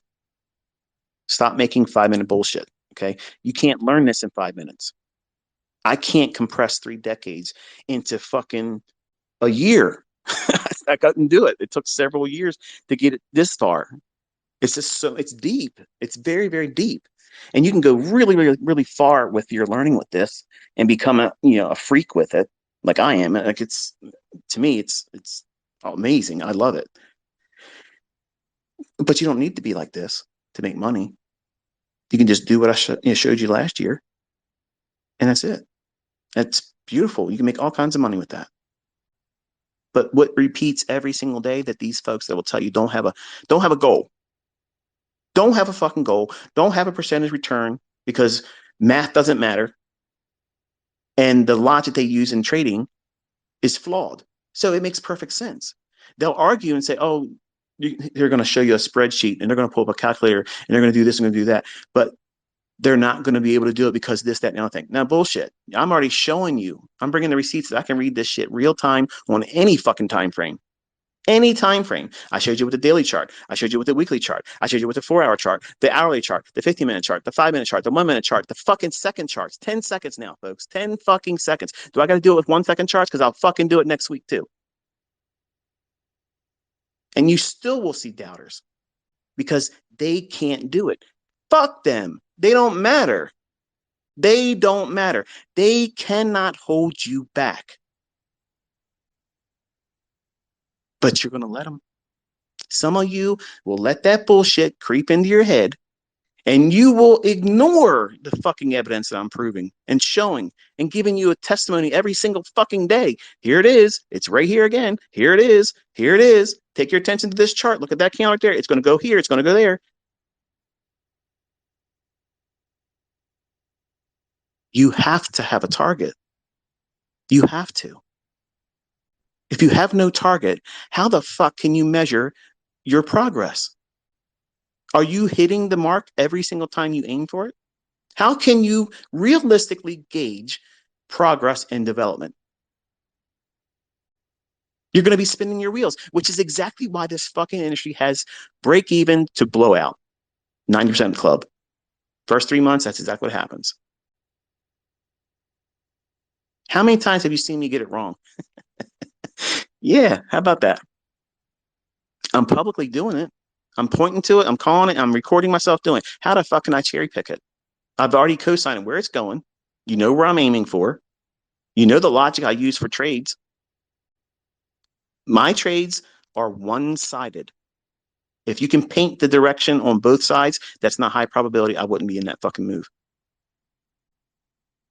So you take that logic of knowing what we're looking for. The multiplier is your setup, your model, the thing that you trade over and over again. You don't give a shit about anybody else's pattern. You don't care what ICT's fucking trading. You don't know what anybody else in the community is doing. You don't give two shits what they're doing.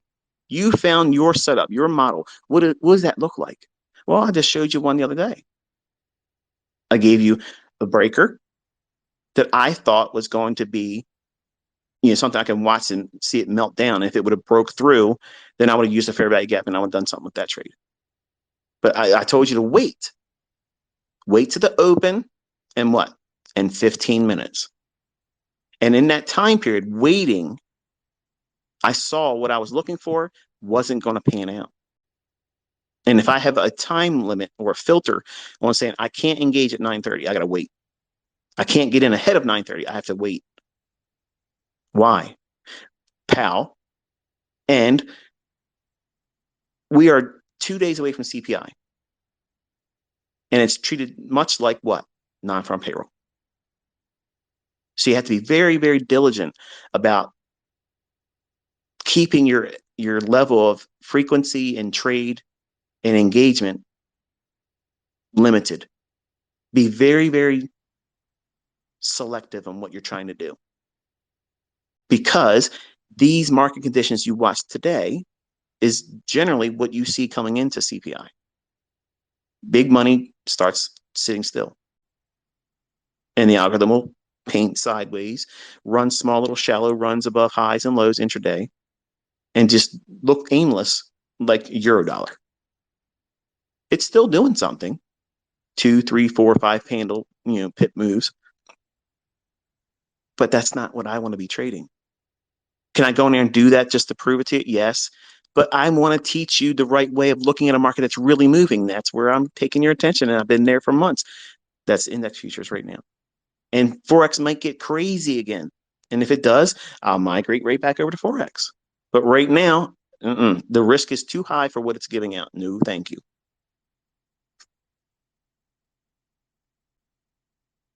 So if you're looking at a pattern, like I was explaining, if I'm looking at something in the chart that might lend to a breakdown, but it's not doing it, if it's resisting it, then it's going to be a fade for me. And I'll immediately override that waiting 15 minutes and buy it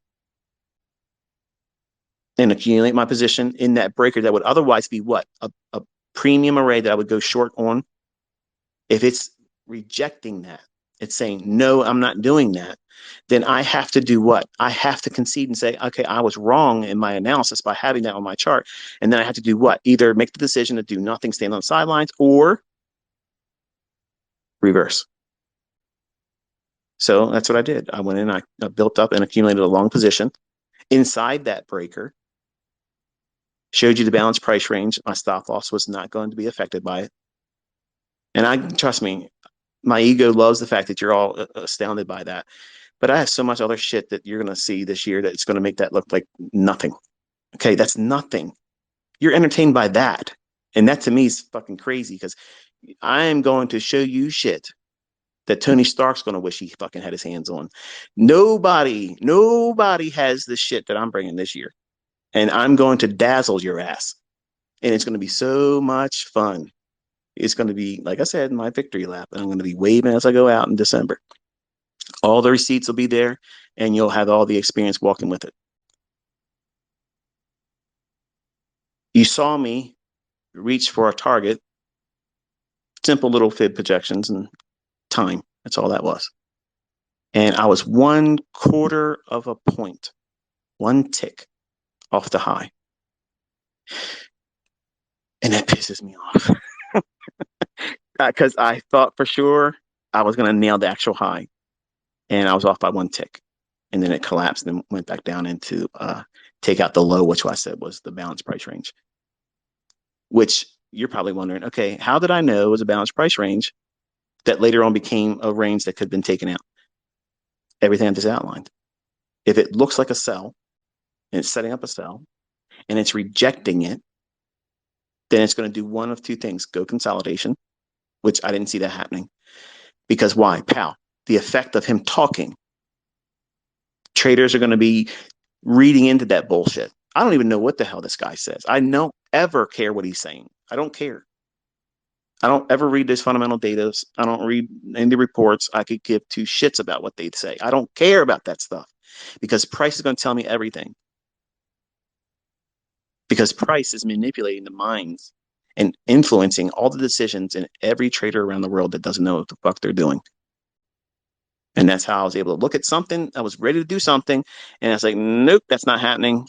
Reverse is going up. And then, boom, there it was. Went back into the new week gap opening. I said, I want to take 10 off there. You saw me do that. And at the high of the gap, I took something off there. And as it ran up, it had a nice expansion on the upside through that gap opening on Sunday's opening. I took another portion off, and then you watched me run right into the target. Only off by one tick. Folks, that's not luck. That's not luck. That's logic. It's not rooted on any horse shit out there. Nothing. John Murphy don't have it in his books. Everybody else out there talking horse shit. Nothing. Nothing. It's a simple understanding of time and price and understanding market sentiment. You'll learn about that this year. I'm going to be talking about it every single day. I'm going to be talking about where retail will see the marketplace and where those instances are where retail is arm wrestling smart money. We are looking for those points right then and there. That's when our high probability setups are occurring. That's your multiplier. That's your pattern. That's the thing that you're going to do every single time you go in there and look for a trade. That's what you hunt. If it's not there, guess what you're doing? Nothing. And you're not going to regret it. You're not going to feel anxious. You're not going to fear missing out on something because who gives a shit someone's trading a breaker over there? Who gives a shit they're over there trading an institutional order flow entry drill over there? Who cares if they're trading in a market maker buy model when you're selling short, you're looking to sell short? Who gives a shit? That's not your trade. That's not your trade. That's equivalent to seeing somebody else's significant other and saying, wow, I'd like to get a hold of that. But you're married to somebody else. You can't do that. I mean, I guess you could do it and get yourself in trouble. But the point is in trading, you don't want to do that. You cannot do that. You got to stick to what you are married to. And that's your model. That's your market. That's your multiplier. The thing that you're going to do over and over and over again. And that is going to be multiplied with the heavy lifting of money management. Because if you're aiming for 3% or 10% or 6%, That's a static return that you're aiming for every single month. Your risk need not be high to meet these thresholds in terms of returns. Not even 1%. How about 3/4 of 1%? Hmm. What if you risked 0.75, which is less than 1% risk? And nobody writes books about this shit. Nobody makes videos on YouTube about this stuff. Nobody makes courses. They don't teach their shit with this logic. Okay. But if you're going to have the advantage of having funded account balances, which you really don't have, but they're going to offer you that, and you're able to take money out like you see my students all around the world doing now, I promise you they're still trading way beyond where they should because they want these big windfall victories. You don't want that. Not when you first start out. You don't. As much as you want to believe you want it, you don't want that. You want this shit to be steady Eddie, easy money, something that's easy to do over and over and over again. You're not trying to flip your fucking account. You're trying to take money out of it. Every single opportunity that you can take the money out and they allow you to do a payout, you do it. But what I want to let it grow. Fuck that. How do you know this company's going to be existing 6 months from now? And what if you work that account up and you build it up and you build it up and you build it up, and all of a sudden regulation steps in and says, yeah, we're going to change the way this is being done. You don't think it can happen? Nothing would surprise me anymore. Nothing would. So as you make the money, you get the fucking money. You secure the bag, you pay your fucking bills, you get your ends meet, and there you go. You save some money up and get your own account. You have to have multiple streams of income. One stream of income isn't going to be it. I'm a millionaire and I still have multiple streams of income. I'm not going to bed at night sleeping about who's going to watch my fucking videos. Okay. I'm not worried about, am I going to be able to get a trade tomorrow? I'm not worried about ever doing a mentorship ever again. Think, folks, if you're worrying about money, you have a full time job in fear and it doesn't pay well. It gives you ulcers, it gives you stress, it's toxic, it makes you miserable to be around. And I'm telling you how to change all that. Because if you don't change that mindset and start seeing how this is obtainable, your model need not be complicated. Even though you might look at what I'm teaching and see how intricate it could be and sophisticated in many ways, it need not be that way for you. Look what I've been able to do with last year's model. And you can simplify everything that I teach just like that. And like I said, I'm going to literally teach you late entries after a move already started. I'm going to show you how to enter doing that. And it will still beat your fucking job easily. And you need not be afraid. I'm going to show you how it's not chasing price.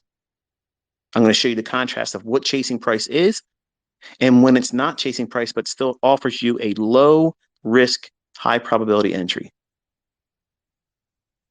Folks, listen, there is no excuse this year. You have no excuse. Zero. The only excuse you have is you didn't show up every day. And then there it is. I guess that's it. But if you show up every day, you have no excuse.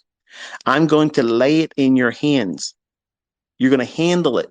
You're going to see it. You're going to feel it. You're going to experience every aspect of seeing when the market's going to do this and when it's going to do that and when it's likely to fail. And you're going to see me get it wrong and how I'm going to engage it. You begged and pleaded and begged and pleaded, and now I'm going to give it to you. So there's going to be a lot of folks out there just want to watch and see if I get it wrong.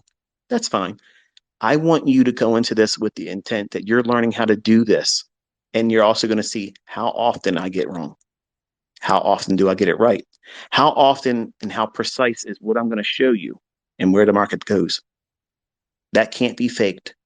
And there will be no other recourse for anybody else to say, well, it's luck or it's cherry picked. How can I transfer cherry picking logic? People out there are doing it. They're making money. So how can anyone argue against this when you are going to get a free ride for the whole year with good old ICT? The benefits of knowing what your multiplier is and your model is that you will know exactly what you as the trader are going to do. You're not trying to keep up with somebody else on social media. You're not trying to keep up with me. You're not trying to win some kind of bullshit contest. You're in here trying to make money. That's it. That's all this boils down to. Making money and enjoying it and having fun. Making money doesn't need to be fucking boring and stuffy, but it needs to be easy. Because if it's not easy, you're not going to stick with it. Because if it's easy, you'll be able to do what? You'll be able to weather doing it wrong once in a while. Oh, okay, shit. You know, I did that wrong. Okay, it's no big deal. Why should you be carefree and lighthearted about taking a loss?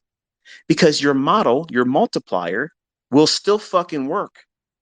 You just did something erroneous. You watched me do it today. I could have kept that from you today. When I was closing, I was next to my son. I said, okay, look, dad's going to short this here in a really sloppy, ugly range. I said, go through all those candles. What do you see? He goes, I see that fair value gap, Dad. I said, that's what I'm aiming for. I'm looking through all those fucking ugly candles and I'm looking right there because that's exactly what the algorithm sees. It's not looking at every single one of those individual 1 minute candles. It's looking at what? That fair value gap. And it's going to go back to it, return, back to it, return, back to it, return. And then it's going to do what? It's going to reprice lower to that fair value gap that's shaded in blue. I had 6 on, and I took 3 off as it was. I was updating online, saying, "Okay." I was telling my son, "I said, now watch this, Caden. It's going to go below here, and Dad's going to take off 3 below that." And it just started shooting down real quick. By the time I had the line drop, I said, "Okay, let me just hit it." And then I put my thumb over top because it's a touchscreen laptop. And yes, I use a laptop when I'm on the internet. Whenever I'm doing anything with YouTube, I'm on it. I'm on that. My screens are on a different ISP. I let nothing, nobody's sharing my ISP. I never send emails through that. Nothing. Nothing is linked to any of my account holding computers. None of that shit is like that.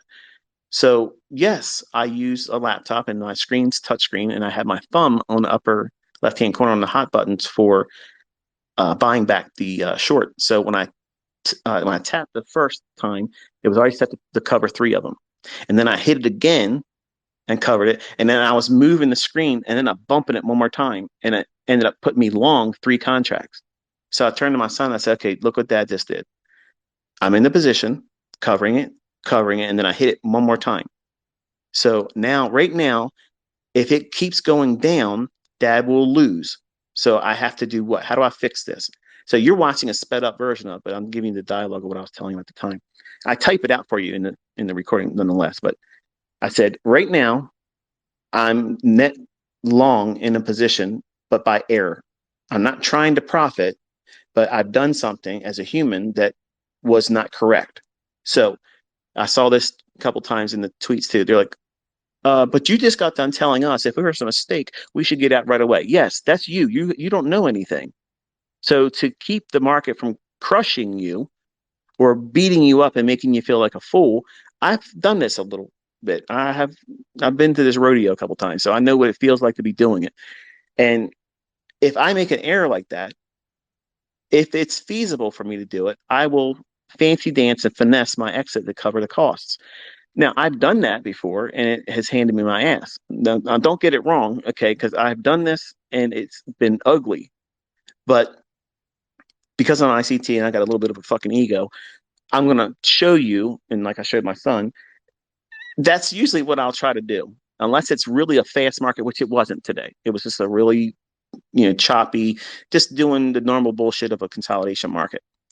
So I felt pretty confident that the bottom end of that fair value gap wouldn't be pierced and it would allow me to go back up and allow me to get out of that. And you watch me do it. So there's a distinction and also a context applied to, yes, I can trade outside of what I taught in last year's model. Yes, I can trade outside of kill zones. Yes, I can trade outside the times I've given you. Well, I want you to do that. Look, I want you to learn what I taught. How's that work? Okay. I'm not obligated to dance for you. But if you're here to learn, how about working within the rules I've outlined for you instead of trying to color outside the lines like I do? I can use that model, but I want to broaden your expectations as a developing student where you're not limited to just that. I want you to have a more independent mindset where you're not trapped into one mold. That model that I gave last year is beautiful. It's perfect. It's nothing needed in it. It's so perfect, but it's not enough for me because I am a nut with this shit. Like, I want to be everywhere. I want to be everywhere in everything because I'm obsessive. I can't fix that part of me. So don't get mad because I can go in there and do other shit. I'm not trying to I'm not trying to distract you or derail you from following what I put out last year. Some of these people that have gone through and found profitability, they don't give a fuck what I'm teaching from now on. They don't care. They'll watch it for entertainment value, but they're not getting changed from what they're doing right now. They know they found their shit. That's their multiplier. That's their model. That's the thing they're going to use to make money. They're not going to deviate from that. They don't give a shit who's coming out with something new. They know exactly how they're making money. They know their way to work and they know their way home. That's what you're looking for. And for some of you, it might be a forced engagement outside of the times that I've given you. You have a job, okay, you're gonna have to get up a little bit earlier. That doesn't necessarily mean you got to trade in London. It just means you might have to do something a little bit earlier. And guess what? 4 to 5 handles can be found before 8:30. It's simple stuff, folks. But will you be able to trade the entire daily range if you're trading before 8:30? Probably not, because you're trading ahead of the manipulation. So you can't be in traffic driving during 8:30. And if you're in traffic, there's an accident, and now you're looking at the marketplace, and all of a sudden your phone doesn't have connection, and you can't get to your broker to get out of the trade. Yeah, you don't want to be in that situation. So you're going to have to find a way to engage, or you simply can't trade. And for some of you, that's going to be a brick wall that you don't want to engage or meet and come to terms with. But you're going to have to make changes in your life. Some of you will have to do that to be able to do this for a living. And there's no way around it unless you're trading a daily chart, which you can. You're going to have really wide stops, really, really, really small positions, and takes forever for your trades to pan out, but it can still be done. You can make 3% using a daily chart, never even trading a lower time frame. There's nothing says that can't be done. It can. I personally can't do that because, well, look, today, I can look at a 10-second chart and see dozens of trades inside of 3 hours. I could be in there firing them off, boom, boom, boom, boom, Tommy gunning it, just laying it out there and have a field day, which is exactly what I was doing with those MT4 accounts. Everybody claims was what? MT4 server. That's some bullshit. Look what I'm doing on TradingView with a 10-second chart. That's the same shit I was doing using my charts to the MT4, seeing my charts and then timing it with the MT4 platform. So when I was running up those $1 million accounts, nothing was done with trickery. Every single position that I did a new pyramid in, I was risking 4, sometimes 5% on every new position. If you're drilling it that hard and you keep building and building and building and building, it doesn't take long to build that up, folks. It does not take long to do that, but you have to know what the fuck you're doing. And over a course of a month and 2 months, 3 months, shit, it's just math. It's just math.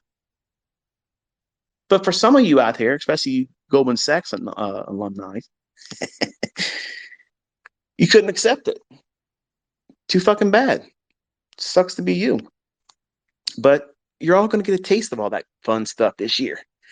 You're going to have all kinds of fun with ICT live. And when you have all this information in front of you, at the end of this year, all the things you're going to look back and say, these are the questions I had that I thought they were paramount. And they were hindering my learning when they should have never been a cause for concern.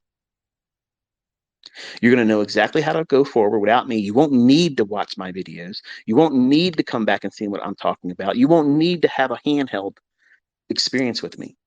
You will be independent. You won't need to buy some bullshit software. You won't have to be subscribed to nobody's signal service. You won't have to be part of some fucking Discord, chat room, Telegram, fucking Facebook groups, all that bullshit. That's all distraction.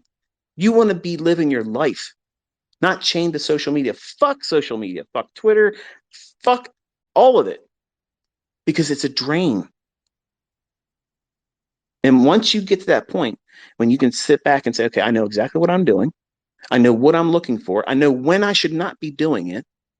Right there, that right there puts you in the upper 5% because most people don't know that. They don't know what the fuck they're looking for. They're reacting. Oh, price has been going up. It's probably going to keep fucking going up. And then you go in there and do what? You buy the high. Then it retraces a little bit and you say, okay, I'm done. I got to get out of this. You get out and then it rips higher. And you think nobody makes money. No, you just fucked up. You don't know what you're doing. Contrast with, I know I shouldn't touch this, but I'm going to observe it. I'm glad I didn't do that because if I would have done what I used to do, I would have lost money. And then by doing that week after week, seeing the times when you shouldn't be trading, you get grounded. You don't feel like you're missing anything. You don't miss anything. Yeah, there's going to be moves. If you go down to a 15-second or 30-second chart and look at the 2 o'clock to 4 o'clock hour, you can see all kinds of model 2022 setups in there over and over and over again. Both directions. There's plenty of setups. That's what these high frequency algorithms are doing, folks. They're not trading on 5-minute charts. Okay. They're on the second charts. They're way below where you're paying attention. And they're firing off over and over and over and over again. And there's a marriage between that algorithm that's seeking to engage with the algorithm that delivers price in the marketplace. And that's the real dance. That's the soiree that takes place every single market day that no one's talking about. No one's talking about it because they don't know the fuck they're talking about when they're looking at charts with harmonic this and that, moving averages and horseshit. None of that stuff makes these markets go up and down. None of it. It's money. It's the liquidity, the orders. And if it's not the orders where it's going to go there with the intent to do what? Create it and engineer it. And they're going to come back and get it later on. But you're looking at the depth of market thinking you're figuring this shit out. I got level 2, baby. ICT's full of shit. He's looking at order blocks. I got all this. Yeah? Put your chart on the fucking screen live when I'm doing it, and you call every minute candle like I'm going to fucking do. I'm going to paint you a fucking Picasso every fucking day of fucking, every time I get on that fucking live stream, you're going to see something. I'm going to paint a fucking Monet. Okay. It's going to be beautiful.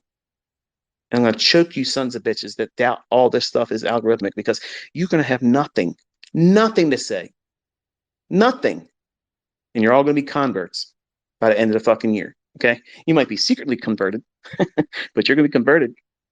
You're going to be watching every fucking video I ever made, downloading everything in case I fucking get a case of ass and delete it all. I'm not. Don't worry. But I can't wait for all of you to have the confidence. You think this is arrogance. It's not. I already know what that fucking market's doing tomorrow. I know what it's going to do on Thursday, partly, not CPI. That's the part I can't do. I don't care. I'll stand aside, let it do what it needs to do. But guess what happens after 20, 30 minutes after that happens? I'm in there again. They can't stop you from doing this, folks.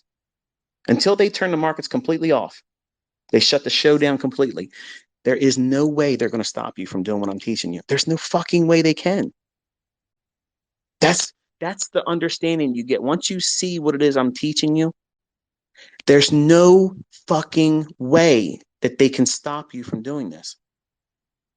There's no reason for you to fear it not working in the future. This is how the markets fucking work. How hard is that to understand? Like, this is it. This is the source. This is it. You're going right to where the rubber meets the road. And that's exactly what these folks that tell you not to have monthly goals don't know. They can't stand when I'm out here every single day telling you what's about to happen and happens. They're punching the fucking air. They're flipping the fuck out. They're talking in little circles or little discords in their fucking chat rooms. Oh, ICT's a fucking dick. You know, look at him. He's over here talking this bullshit. He's over here cherry picking. Cherry picking what, motherfucker? I'm putting it out there in public. Everybody sees it.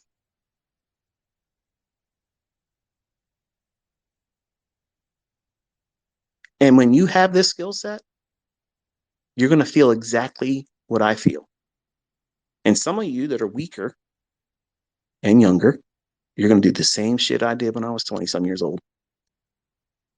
I was the biggest dick, the biggest prick there ever was.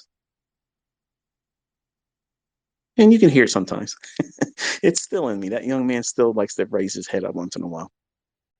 But the old man in me has to remind his ass, sit the hell down. But that humanity in me is still there. But you're going to feel what it feels like to know what you know. And nobody can take it away from you. Nobody can make you forget about it. They can't discount it. They can't say it doesn't work. Who gives a fuck how many people are going to doubt you? Listen, you start making $50,000 a fucking month. How many people will it take for you to be convinced that what you're doing is bullshit? How many people will it take for you to be convinced that you making over six figures every 6 fucking months consistently? How many people will it take for them to convince you that what you're doing is a waste of your fucking time? How many people does it take you to do that? Hmm? There ain't enough. There ain't enough. And you're going to understand you're bulletproof.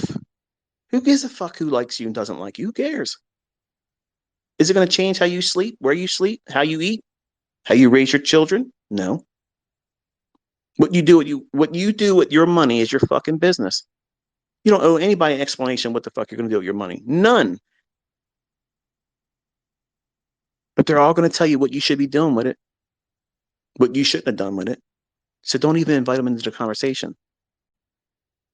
You got to keep those types of people, which is the public, the social media fucking clowns. They're all going to pretend they know something better, and they ain't bringing shit to the discussion. To let them influence anything in your development is stupid. Look around. There's people making real money, respectable levels of money, and they made it without their own money, which is even more crazy now. And think about it. If I would have had the opportunity to do what you all have today when I was younger, man alive, I don't even know where the hell I'd be. Like, I don't know. Like, that's like you are in a period of time where you need to learn how to do this properly and seize this opportunity because it may not be here long. And don't let that be a rush. Oh, I better learn to do it quicker and I'm going to do it fast now because I can't trust. Now, ICT even thinks it's going to go away. It's just my opinion. My opinion is just that. It's not, it's not how things are going to pan out. That's how I interpret it. Do you have time to do it? Yeah, I think you do. There's a lot more people out there losing money and having to reset their account. That's how they make their money. But I'm really interested to test that fucking shit and make more profitable students and see what company I can shut the fuck down. I was literally telling Caleb the other day, I said, you know what? It would be fucking great if I could get into one of these companies, but not let them know it's me.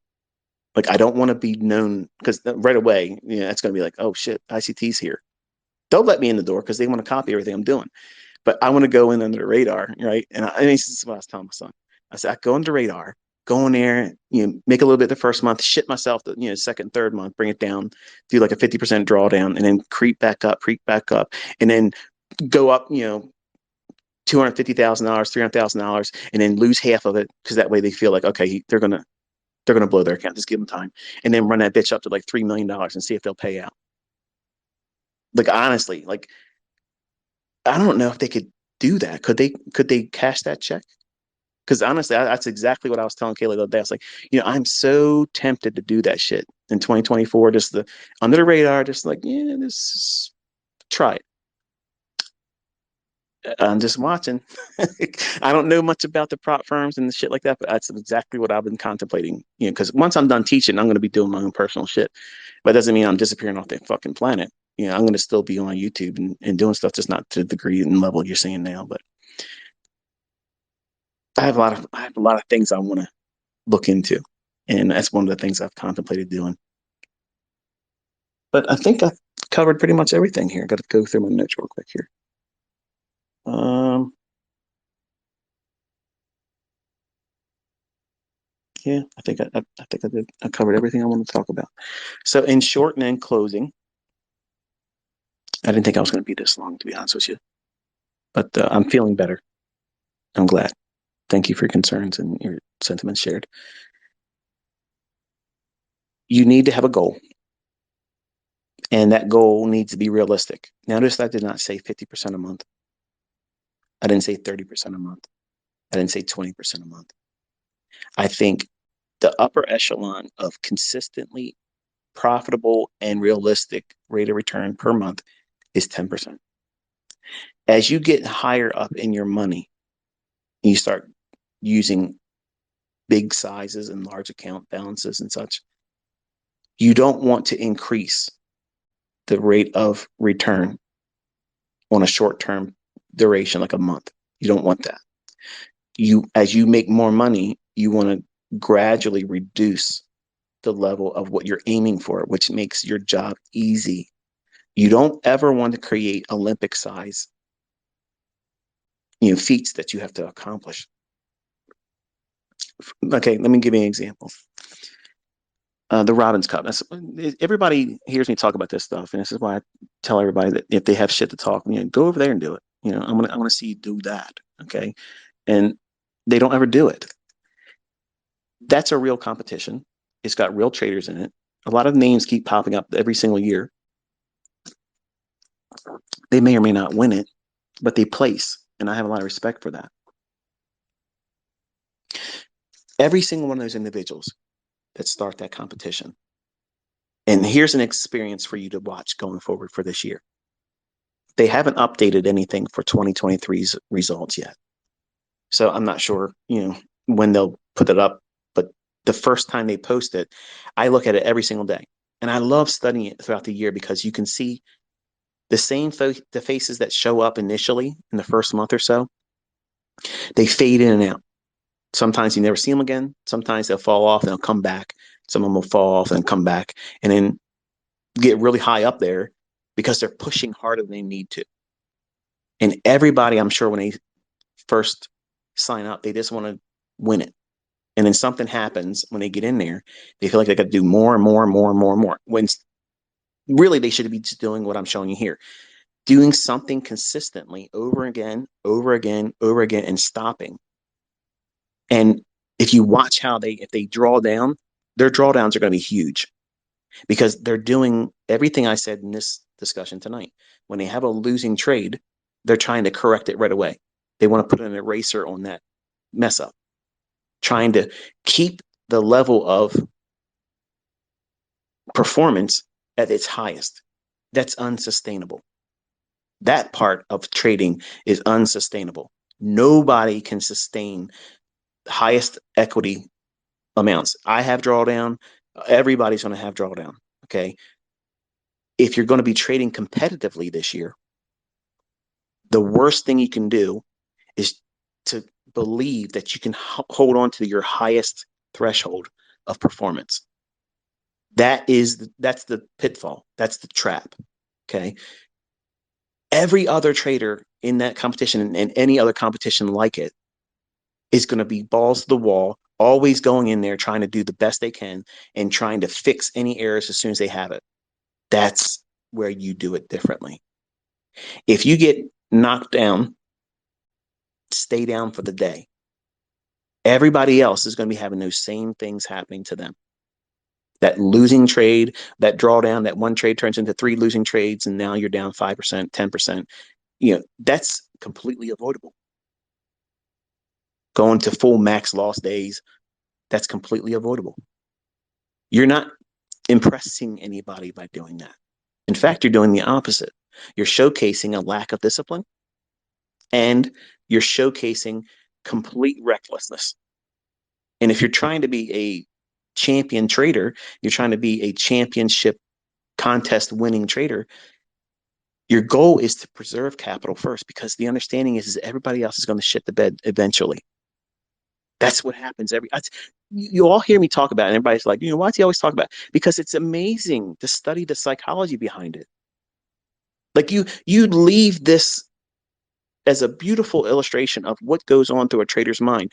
I respect every single one of those individuals that go into that, because they're doing it and they're wrestling themselves. That's who's beating them. The other trader that wins the competition, they didn't beat them. They lost to themselves, because every single one of those individuals could win. But how do they deal with losing? It's bad enough if you take a losing trade, and that sucks. It's not fun. But when you lose and you go back in, you try to fix it and you lose again, and it's worse. And now here's the thing: if they see your name on there and they can see how much damage you've done to yourself, the worst thing that can happen is your name show up and then you fall off and never to be seen again. That's shameful as a trader that's, seeking clout or talking shit on the internet. That's something that no trader wants to feel that. So they're going to try to do what?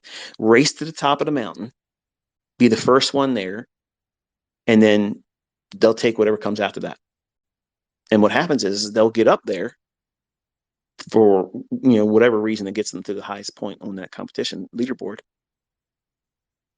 and then they'll see somebody coming up quick, and they might be over leveraging like a nut and getting lucky and being boom boom boom boom boom and big name movement in the leaderboard, and they think, oh shit, this person's going to lap me, I better start putting some work behind them, and getting in there, doing more trades and do more leverage, and don't use a stop loss because I can't afford to get stopped out, and they start abandoning sound logic, not realizing that if you look at what goes on in that competition, very rarely does anybody come out the gate consistently, not have a lot of drawdown, and just keep chipping away, moving up and up and up and up and up.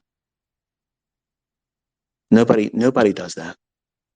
There's never been a year, and I've watched it since 1996, every year. And it's such a fascinating study of human psychology. Like, you got to put yourself in these positions that these folks are feeling the pressure of the people underneath them. And sometimes hot shots come in there. And I've watched a couple of them come in, and I'm like, damn, he's up 500% in one day, and then they're gone. Never seen again. But 500%, that's nuts. Like, that's a lot in one day. Come out like that, boom, boom, boom. I'm about to butcher this guy's name probably, but I apologize if I did. Um, Kevin Stufflebeam.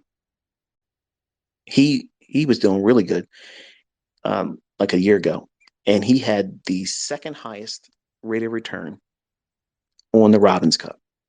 And I was tweeting at the time. I was like, hey, look, if you just would just stop, like just stop, don't do anything more. Like, you have it. Like, you're the second. The only person above him was Larry Williams. Now, there's a huge chasm difference between 11,000% and 1,400%, or just underneath it. That's it. You're the second highest one, and just sit back and watch everybody break themselves trying to get to you. That would be fun. And I would enjoy seeing that, because I'd be there laughing with them. Like, I'm watching people come up, they get real close to them, and then they try to pass them, and they break themselves down. They're down 30, 40, 50%, 100%, 200%, and they fall off and they come back again. It's a fascinating, it's like watching, that's NASCAR for me. Okay. And that's why I like that competition. That's why I always talk about it. And some of you just think I have this morbid curiosity, like I'm in it every year. I've never, ever, ever joined it every single year. I've never done it. 2017 was the only time I got into it. And if you want to believe that I've done it every single year. All you have to do is contact Robbins and say, hey, look, I want to see the results for Michael Huddleston's Robbins returns for this year, this year, this year, this year. And was there money deposited on those accounts? You're going to have a record of me registering in 2018, 2019, but there is in 2020 because talking options lady, she said she was going to do something. I said, okay, I'm registered, and there it is. And a couple other clowns in the other years. But once I registered, they never stepped forward and funded the account. So I'm not going to fund an account. If they're not going to be in it, there's no point of me being in it. But in 2017, and I've said this before, but I like to put it out there because there's people out there talking shit and they ain't real. But I put $5,000 in the Forex division and hooked up a MyFX book to it and everything. And I was being contacted and told that, hey, look, MyFX book is going to link trade copier service to it, and they're going to sell your shit at signals. They're going to make money off you. Oh man, that was the worst thing you could have ever told me. Like, it's exactly what I was like, what the fuck? Fuck you. So I said, watch this. Boom, boom, boom. And I shit the fucking account real quick. Boom. And I talk shit right on. And you can still see it on the MyFX, uh, what is it? Their website or whatever. I was saying, you're my bitches now. Fuck all you. And the trolls will say, I'm saying that about my student. I'm not saying that. I'm saying the people that were linking that shit up, I'm not letting anybody copy my stuff and sell it. No. So that's the storyline everybody runs with that wants to talk shit about me, but nobody's actually going in that Robbins Cup and doing shit about it. You know, it was supposed to be somebody this year, just passed, and never happened. And somebody's supposed to be in there now waiting, but I ain't seen their full registration or full account number because one account has to be done. One account number. There it is. It's simple. I'm going to do what I just told you here. I don't need to be Larry Williams. I just need to be number one, and I can do number one easy as shit. What's so hard about it? Nothing. It's just air and opportunity between us. That's it. Let's go. But talking about it, we're past all that stuff. Making videos and memes about it, we're past all that. Let's just do it. Let's go. We got a whole year ahead of us. I ain't afraid. I'm not afraid. In fact, I'm actually looking forward to it. I have a lot of fun about doing it. I wouldn't even talk shit about it. I just do it. I don't know why everybody makes a big deal about the things I'm teaching you because it works. It works. It can change your life. And you don't need to believe the bullshit that people say. All you got to do is spend time with me and watch, and you'll see it works. But it's going to be painful and expensive because it's going to cause you to do what? You're going to have to let go of the bullshit that you think that makes these markets go up and down.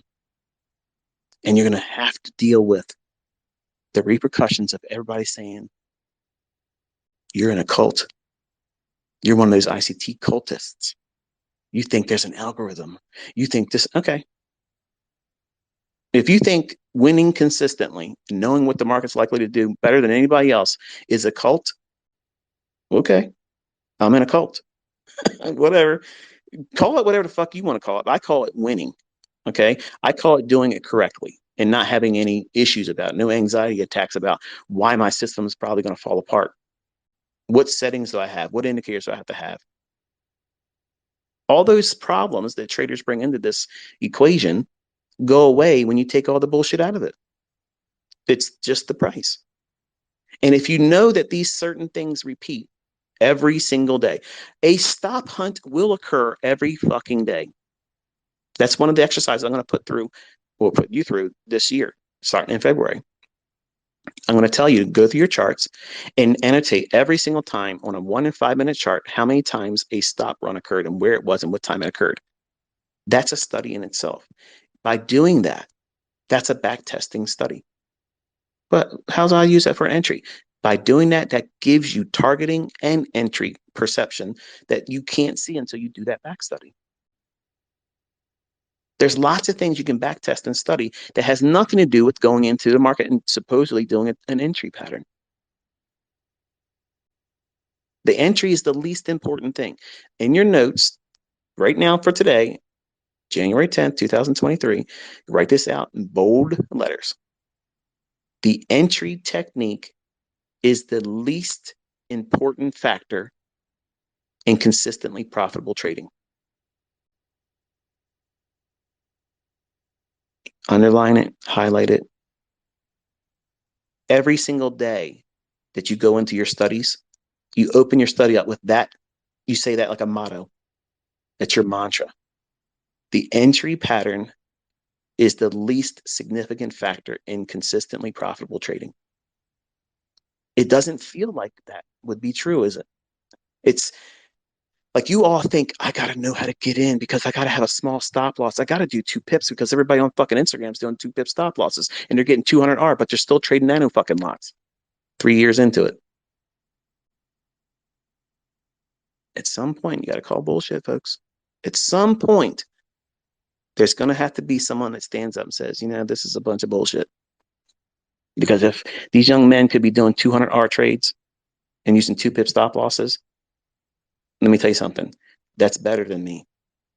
That's better than me. And they would have been picked up by now. Okay. Trust me, they would have been picked up, and there ain't nothing bullshit about that. There's nobody doing that. Nobody's doing that. But everybody believes whatever they want to believe. But once you see the real thing, everything else just feels like a waste of time. And it's a period of mourning you got to go through, because for me, I invested a lot of money in books and courses and mentoring through video and VHS tapes and shit. And I believed every single one of these individuals were sincere individuals that were telling me the truth, and they're all fucking liars. They're all liars. They're all selling shit because they didn't make money trading. That's interesting.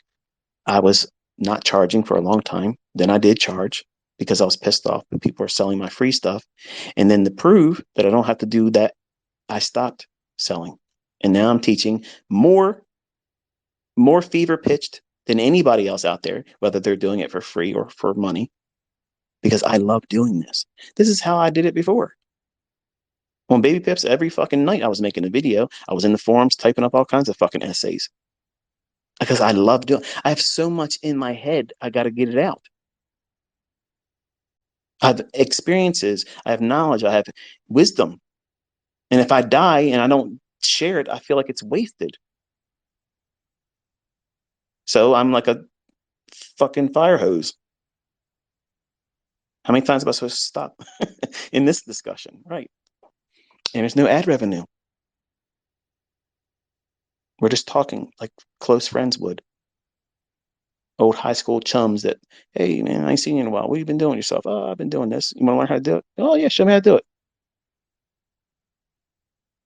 I wish there was a way we could all connect, physically, shake hands and say, hey, but there's some, distances that we're not going to be able to bridge.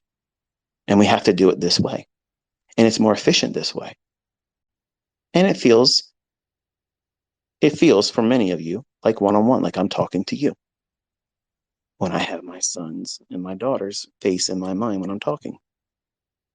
And that's why it feels genuine, because I'm saying everything to them in this recording that would be said to them if they were here. Much like that movie with Michael Keaton, My Life, where he knew he had a terminal illness and he wanted to record all kinds of stuff, teaching his son, because he wouldn't be there. I treated my videos like that for my kids. Not that I'm terminal, because obviously I was sick today. I thought I was dying. It sucked, but I feel much, much better now. But I wish there was a way for us to have a better experience together. I've had folks reach out to me and say, hey, look, I want to do an event with you. Everything's funded by us. It would be for profit, and we would pay you for your engagement. I just don't want to do that. Like, I don't want to do that. Because number one, I'm probably not going to feel good about the experience doing it. Two, the only thing I want to sell in the future is the book. That's it. I don't want to do mentorships, and I don't want the books to be terribly expensive. I want them to be obtainable for all of you. And I want you to know the things that I want you to know. And you'll have it. It's like a testimony to everything that I've gone through, what I've learned, what I wish I would have done differently as a mentor, and what I've learned as a mentor, as well as real order block theory. What is this thing that is my order block? Because what you think you know about it isn't it. It's just the initial introduction to it. And there's so many things that you don't know about it that a very big book will be the only way I can communicate. And the wonderful thing is anybody that hasn't gone through the videos that I've done on YouTube and mentorship core content, the book won't work for them either. Everything I've ever done has been calculated and planned and intended to make sure the weak don't get it. The lazy, the shortcutters, they're not going to get it. But to appease everyone and also to clear my guilty conscience about making it hard for most people, I'm going to do what I'm going to do this year to make sure you see it real, live, right there in front of you. And while there is a small delay, and it may be a little bit bigger of a delay for other people in different parts of the world, between what I say and what's on my chart on the YouTube live stream, and when you see it on your chart, there's a small little delay in that. If we're looking at 1 minute charts, that might be a major impact between what I'm calling and talking about and before your chart shows it in the relay from whatever I've done said in the live stream. It's got to travel all around the internet to get to your computer or your device. Then you're watching and listening to me live. So that delay, you need to be able to compensate for that by having your own real-time data with E-mini S&P and E-mini NASDAQ. If you don't have that, that's going to be a disadvantage for you. And I know some of you are trying not to spend money, but if you're trying not to spend money, but you think you're going to make money in trading, you are already setting yourself up for failure. You're going to have to avail yourself certain resources. And unfortunately, data is essential. Like you can't rely on like Forex. Okay, Forex is free. It's free data. It's great. But if you're trading a market that's highly precise like this, like you could never pull off. And this is why I've never done. And this is why I've always challenged everybody that say they use 1 pip and 2 pip stop losses in Forex and they do it every single trade and it never gets stopped out. I said, just show me 1 month of doing it. They've never done it. They've never done that. You can't do those tight stop losses in Forex because the brokers that you're in, they have their own internal house of liquidity and you're in it. And then they reach out and they get you because you're in an order. It's going to trade right to your price. In the futures market, everybody has the same price. See the difference there? Everybody has the same price. So if you're going to be trading in a professional market setting, you want to be in what? That one. And that means you're going to have to pay a little bit of money to get that feed of real-time data. And it's such an insignificant amount of money. So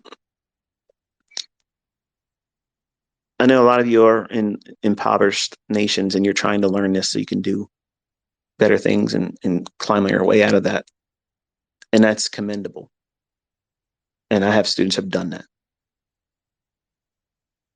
But if I'm not in Forex and my attention is in this market, you're going to have to adapt, knowing that what I'm doing in this one will work for you in Forex too. I'm just not going to be in Forex. I'm not going to do that. I will tell you my bias. When it's there, I don't have a bias. I didn't share it last night. I just reviewed. Look, we gave you levels and it traded to them and dollar did exactly what we were expecting. And how did I use that information? If the dollar was dropping, that means the S&P can go higher. It's a teeter-totter effect. One up, other one down. Risk on, risk off. There's going to be times when you see us doing live streams and I'll explain how when the dollar is going to be going up and the S&P will be going up too. Well, what do you do with that? I'll explain all that at the time because it's all short-term in nature. And that break in the correlation is significant when it's there, much like an S&P divergence. But talking about it conceptually without having it being right there in front of you, it doesn't have the same impact of saying, now watch this 1 minute candle right here. It should not go above this candle's high, and it's going to go to that candle right down there. And you're all watching on the same 1 minute chart. And then it happens. And then you're going to be like, what the hell did I just see? And you're going to think about all that shit you read in books and videos and all the other stuff, these indicator things that's always taking your attention away from that. Because here's the thing. I looked at these charts when I was working, when I was driving. I had chart books next to me. When I got stopped at a red light and I was delivering because I used to do vending. I used to do candy machines and soda machines, coffee machines. That was my job when I was learning how to trade. So I was driving around in a Suzu liftgate truck full of candy and sodas and shit, going around servicing machines all around the Baltimore area. I worked for a company out in Owings Mills that doesn't exist anymore. But I had charts with me constantly. And I lived and breathed this shit. Like I couldn't get enough of it. Clearly, you can tell still at 50 years old, I am still immersed in this because it is me. Like, this is me. My wife says it all the time. It's like, this is you. This is like, we're small little pieces and extensions and peripherals to your trading. We're the small little extras in the play that is ICT. And unfortunately, that sucks as a husband and a dad. But as a trader, it makes me fucking rock hard because I know what that means, because that means I'm in it. I'm all in it. My entire life, I've been that way since the 5th of November of 1992 on a Thursday night at 9 p.m. in my aunt and uncle's house, reading a book that literally was a roadmap to lose money. But when I lost that money, folks, let me tell you something. That's all it took. That first initial decision. Because I sat there and I was afraid to put that first trade on. I was so afraid to go into the futures market. I thought by going into options, that would be safer. Man, was I wrong there? I lost half of my money overnight, the first night. Orange juice, that shit. By the way, that fella that sent me the little thing, orange juice, I don't have it sitting on my desk, but I do have it. It was cute. And other stuff he sent me. You know who I'm talking about, Mr. Huddleston. But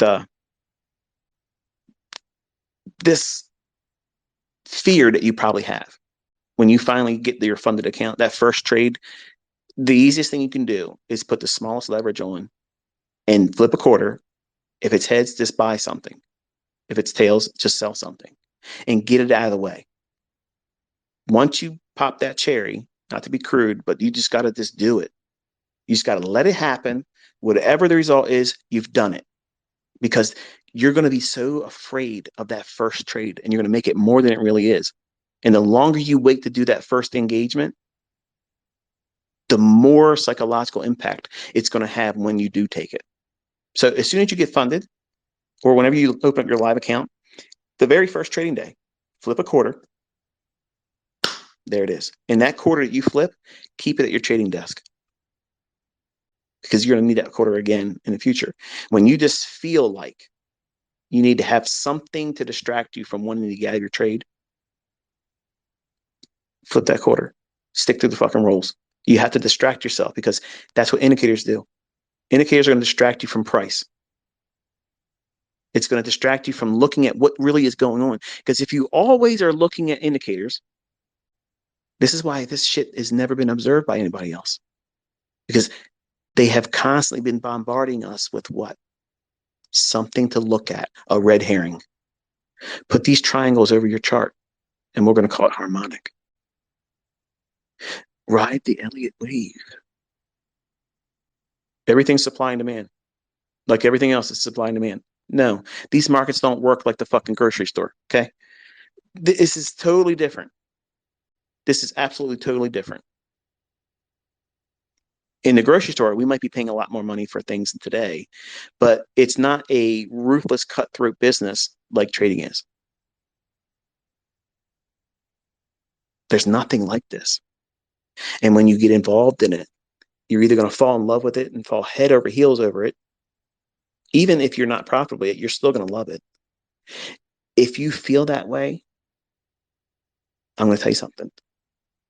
You are destined to do well in this. You have the very thing that's needed. That means the passion and the endearment for this industry. Because if you're a casual, just let me just dabble and see what happens. If I make money, great. If I don't, fuck this shit. I'm out of here. If you lose money and you feel like this is it, this is the worst thing that could ever happen, this decision you made was the worst thing you could have ever done for yourself, the trading is not for you. Because losing on trades or losing an account for a real trader, that doesn't mean shit. That's just a speed bump. Now, I'm not discounting the fear, the regret, the remorse that you're going to feel if you blow your account. That's real. You have to come to terms with that. And you're going to feel that if you have monthly goals. When you first start out, you're going to think you got to figure it out. You're going to go faster, harder than you really should, sooner than you should. And you're going to have that same experience every one of us have had, regretting pushing too hard, trying to prove something, and you blow out. Let me tell you something. There ain't no shame in doing that. If you blow out, max loss day, blow your account, major drawdown, go into a tailspin, all of that shit is what we do. That's what this industry, that's the common denominator. You're going to lose eventually, but how much are you going to lose? If you push really hard and you try to do Olympic size feats and you blow the account, does that mean you suck as a trader? No. It just means that you were pushing really, really hard and you went beyond the thresholds that your account and your skill set could afford. Done. Now, that is not how you should be trading every single setup. If you're not in a competition, then why the fuck are you trying to trade like a competition? Try to trade profitably. Be eloquent with your entries. Precision. Manage risk impeccably. That's hallmarks to a highly skilled professional trader. Knowing what they're looking for, engaging it perfectly, managing their stop perfectly, taking partials when it allows it. And if it stops you out and you don't get your target, who gives a shit? You've made money. That's the whole reason why you took the trade, right?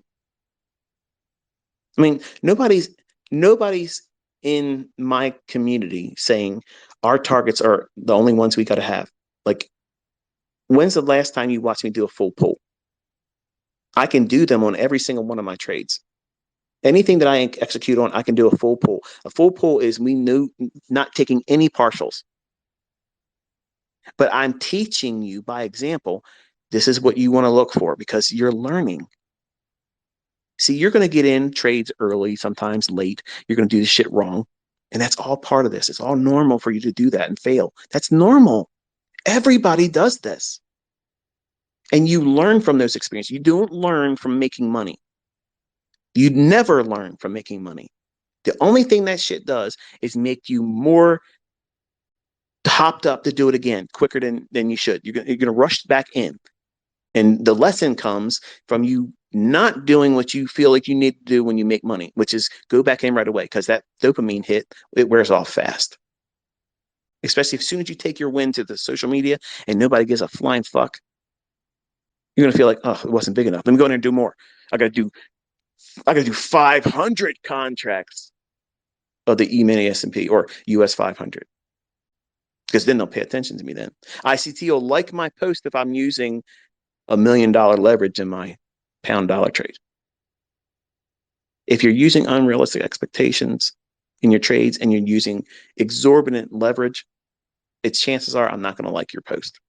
And I'm doing that to show you, be a little bit more humble, okay? Because you're not trading with that kind of leverage.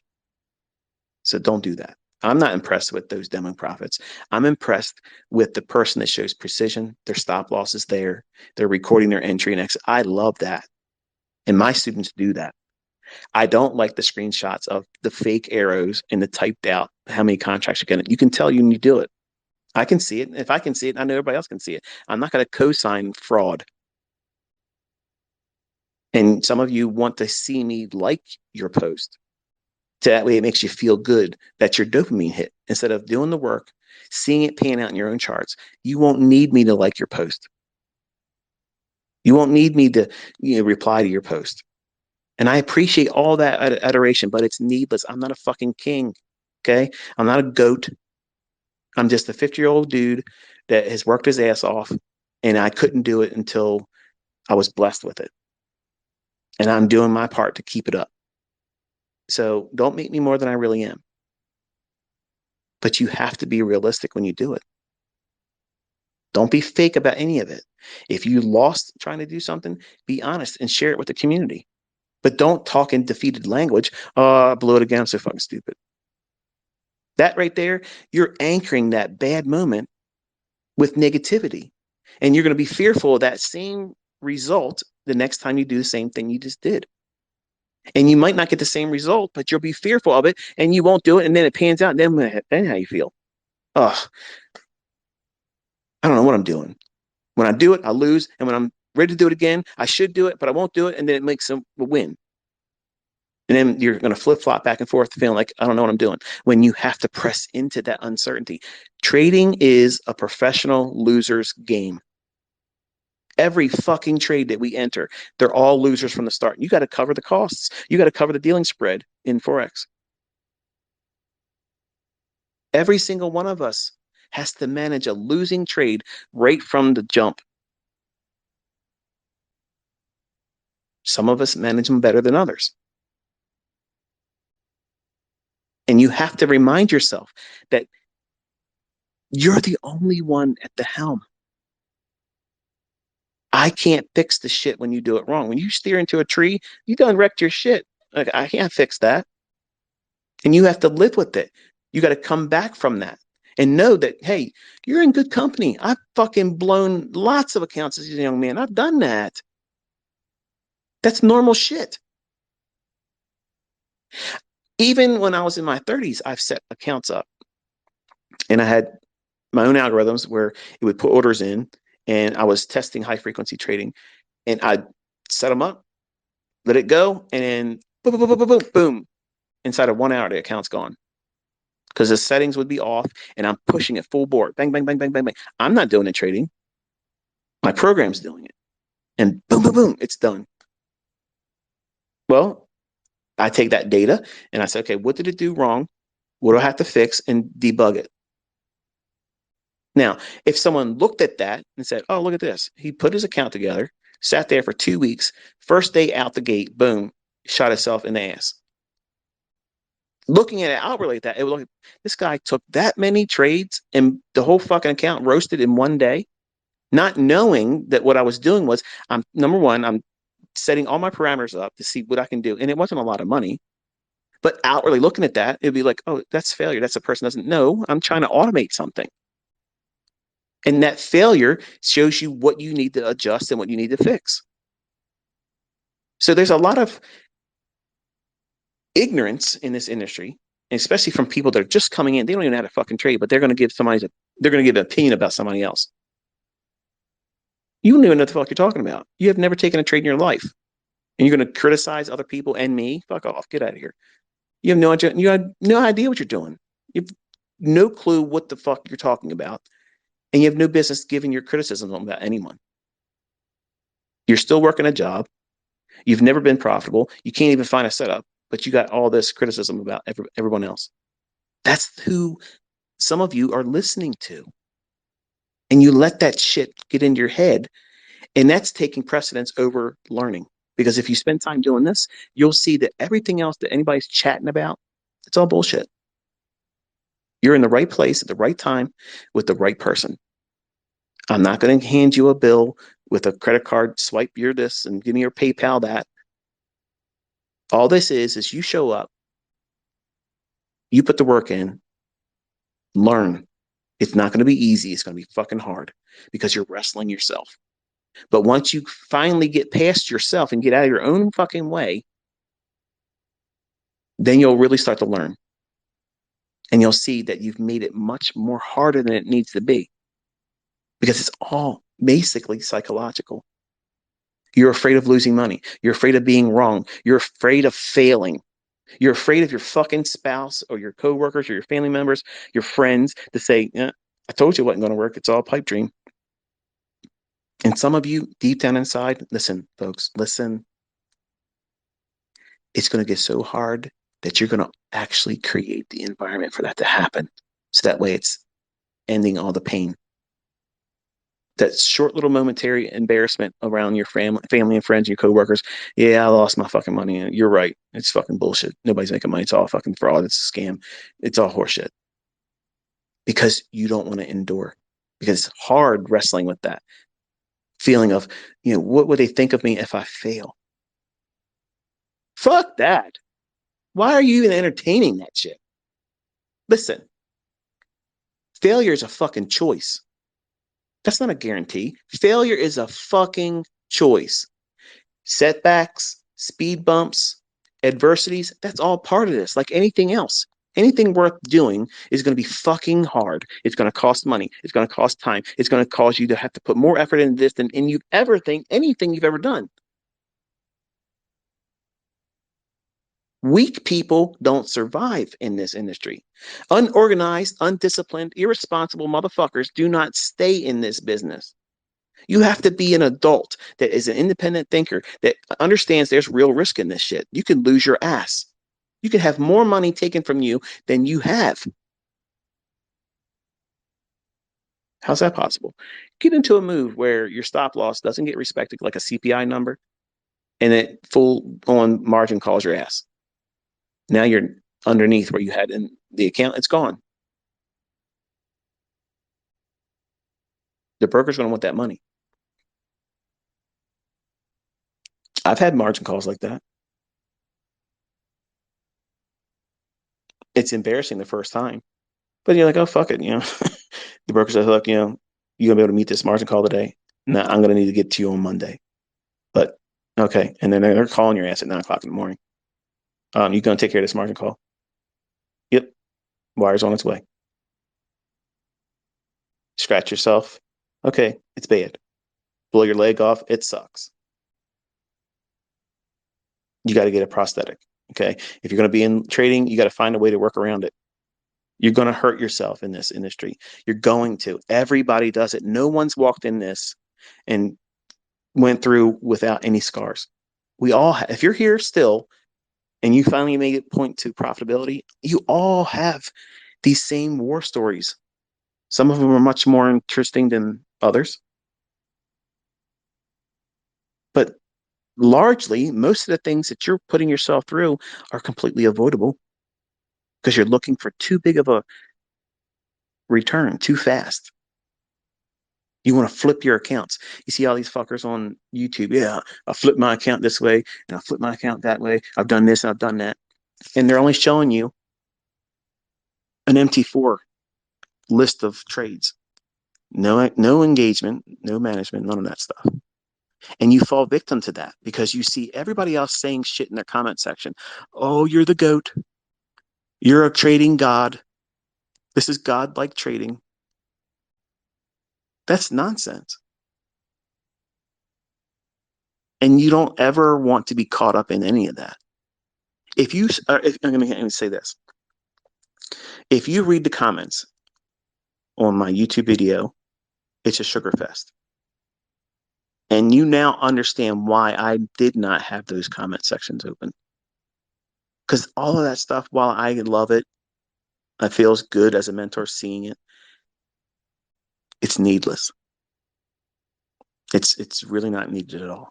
And I can see how easily someone that would be slated against me would see that and say, oh yeah, this is all, him sock puppeting. That's a lot of people, isn't it? But you don't need to do that. And don't let that opinion by other people saying that they like or support what I do, don't let that shape your opinion of me. Don't, because you see other people saying, "Oh, ICT is the greatest thing since sliced bread." He's the goat. I'm not the fucking goat. Okay, I can't stand that. But don't let other people influence you thinking I'm better than I am because you see other people saying that I am. I want you to come here and taste and see it yourself. And if I don't live up to what you think I've said, then you say it and bring it and show all the receipts where I said this live and it didn't happen. That I showed an example and explained what I was going to do and then did it. And it wasn't in the teachings. I challenge everybody all the time, genuinely. If you think what I'm teaching is horseshit, go through the content. And I made it even shorter with the 2022 content. Go through the charts and see if that doesn't pan out. See if you can't make money with that. Shoot holes in, do it. Listen, every time I'm trolled, if it's a really good troll or someone's ribbing me about something, if it's noteworthy, it'll many times, like this whole discussion tonight, it'll cause me to think about something, and then I'm like, okay, I can turn this into a lecture. I'm going to get this off my chest at the same time, and then there it is. So some of my higher end trolls know how to get me to produce more content because they know if they say certain shit, I'll be triggered because I'm like a dog chasing cars. I can't help it. Because I know invariably a lot of you that are new or just, you'll believe any fucking thing that anybody says negative about anybody else because it just seems like that's what should be believed. And never even seen it yourself. Never even came through and did the work and tested it or spent time with me where I'm actually calling it before it happens with precision. That's the part that defies all logic. If it was something retail, it wouldn't be that precise because I've never seen anything in retail that's as precise as what I got. And I was looking for this when I first started because I was buying every book out there thinking, okay, the RSI divergence with a 14 period is going to be the clue for me to get the highest candle. If I could just learn how to sell the highest candle, then that's it. I'll be profitable. Listen to what I was thinking about as a 20-year-old. I was demanding and only accepting being short on the highest candle. So what was I missing by only pursuing that? Any chance of ever seeing or recognizing a fair value gap or a breaker? Oh, shit. And that's how you fell victim like everybody else does. Indicators are a distraction taking you away from open, high, low, and close. I'm convinced that if people would have studied price action long enough without all that other bullshit, patterns for pattern's sake would have been a bigger thing. And that was one of the reasons why I liked Linda Raschke and Larry Connor's book, Street Smarts. And I'd still believe that that book should be in everybody's library. There's a lot of stuff in there that I think is this filler. They would probably argue and say, well, I've made this much money with it, Michael. You can go fuck yourself. And that's fine. That's great. I'm just saying that there's some patterns in there and some things that they talk about. They're not terribly exciting to me. I like the anti-pattern because it kind of made sense because it still had a little bit of a hook to the stochastic type thing. And I was a big fan of stochastic at the time when that book came out.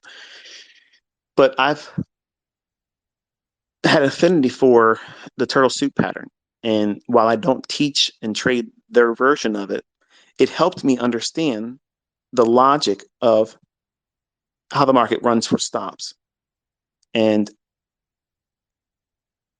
I had to wrestle with this statement that Larry Williams made in one of his lectures on video.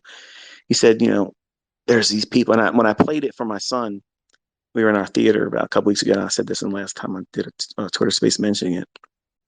I'm going to say this. I'm going to close it. But there's a part in the video where he says, I've been doing this a long time. And you hear these people, they got me. Those guys got me. Those guys did it to us guys. That's how he says it in the discussion, referring to, someone stopping you out. And he doesn't believe, at least through his material, he promotes the idea, and I'm referring to Larry Williams right now. He promotes the idea that there is no collective entity of someone out there pursuantly going after your stop loss. when I'm absolutely 100% privy to the group that does that. So here's the problem with that. If you learn from that as a young, impressionable 20-year-old like I was, and then everything I was seeing and made me feel like I was on the right path. But my hero, Larry Williams at the time, and I have all the respect in the world for this man still. I'm honest in telling you that him saying that remark was a hindrance for me. When I had it figured out in my second and a half to third year, that remark by him fucked me all up because I looked at him as like a father figure because I didn't have my dad and my grandfather was gone. So I was, looking to latch onto a father figure. And this shit's hard, man. And you have so many advantages today with the technology. And look at what I'm doing. I'm fucking still bloviating on about shit. Some of you probably already fucking left the conversation and went to sleep or whatever you're doing. I don't give a shit. If there's one of you listening, that's all I need. Just give me an audience of one, and I'll talk and talk and talk. But this remark by Larry Williams saying that he didn't believe there was this them guys did it to us guys. Somebody stopped us out, and because I had so much respect for him, and I believed everything that came out of his fucking mouth and anything he had printed. Like I was the fanboy of fanboys. Like you could have never said anything negative about that man, and I would have fucking wanted to backhand your ass. Like this guy did it. Like he did it. Now, if you look into his personal life, they went after him for tax evasion. They picked him up on the airplane going to or leaving Australia or going to Australia or something to that effect. And he did some time in jail for all that bullshit. And I mean, there's all kinds of fucking shit that run around him. And honestly, I think it's because you know he beat their ass, like him or not. He whooped their ass, and they don't want people coming out there feeling like they can whoop that ass. So that's the reason why I always stay in demo. I'm standing out here showing you things, but I'm also cognizant to the fact that there would be a different treatment of me if I go out there and start running up in front of everybody and you all get to come on my coattails. Okay. I'm nervous many times when I talk about certain topics, and I don't like some of the things I've said in some of these Twitter spaces when I go off the rails and I say more than I want to say. Um, I can't retract it. I can't pull it back. Part of me feels like it's therapy because I get to get it off my chest, but I'm also aware of who I learned from, and I don't want to cause any of that kind of static. So I live in that realm where somebody can look at me and say, "Oh, he's a demo clown. He's a demo baller." This thing, and that's fine. I coined the term demo baller. That's me. I did it so that way I can stand right there in front of everybody in plain sight, hidden, where only people that would want to learn how this stuff works would give me their ear in time, and they're rewarded for that. But everybody else casually look at me and say, "Oh well, fuck him. He's playing around in demo accounts." Great, perfect camouflage, perfect. And I've been out here doing it just like this, and people have looked past that mask and saying, "Oh shit, there's really something there." And that's what I enjoy. I like doing that. But Larry Williams was a huge hindrance to me because his words saying that he didn't believe that there was an entity out there. Oh shit! I had to make sure my phone was still on. I was hitting the wrong button. I thought I had lost my battery. Hold on 1 second.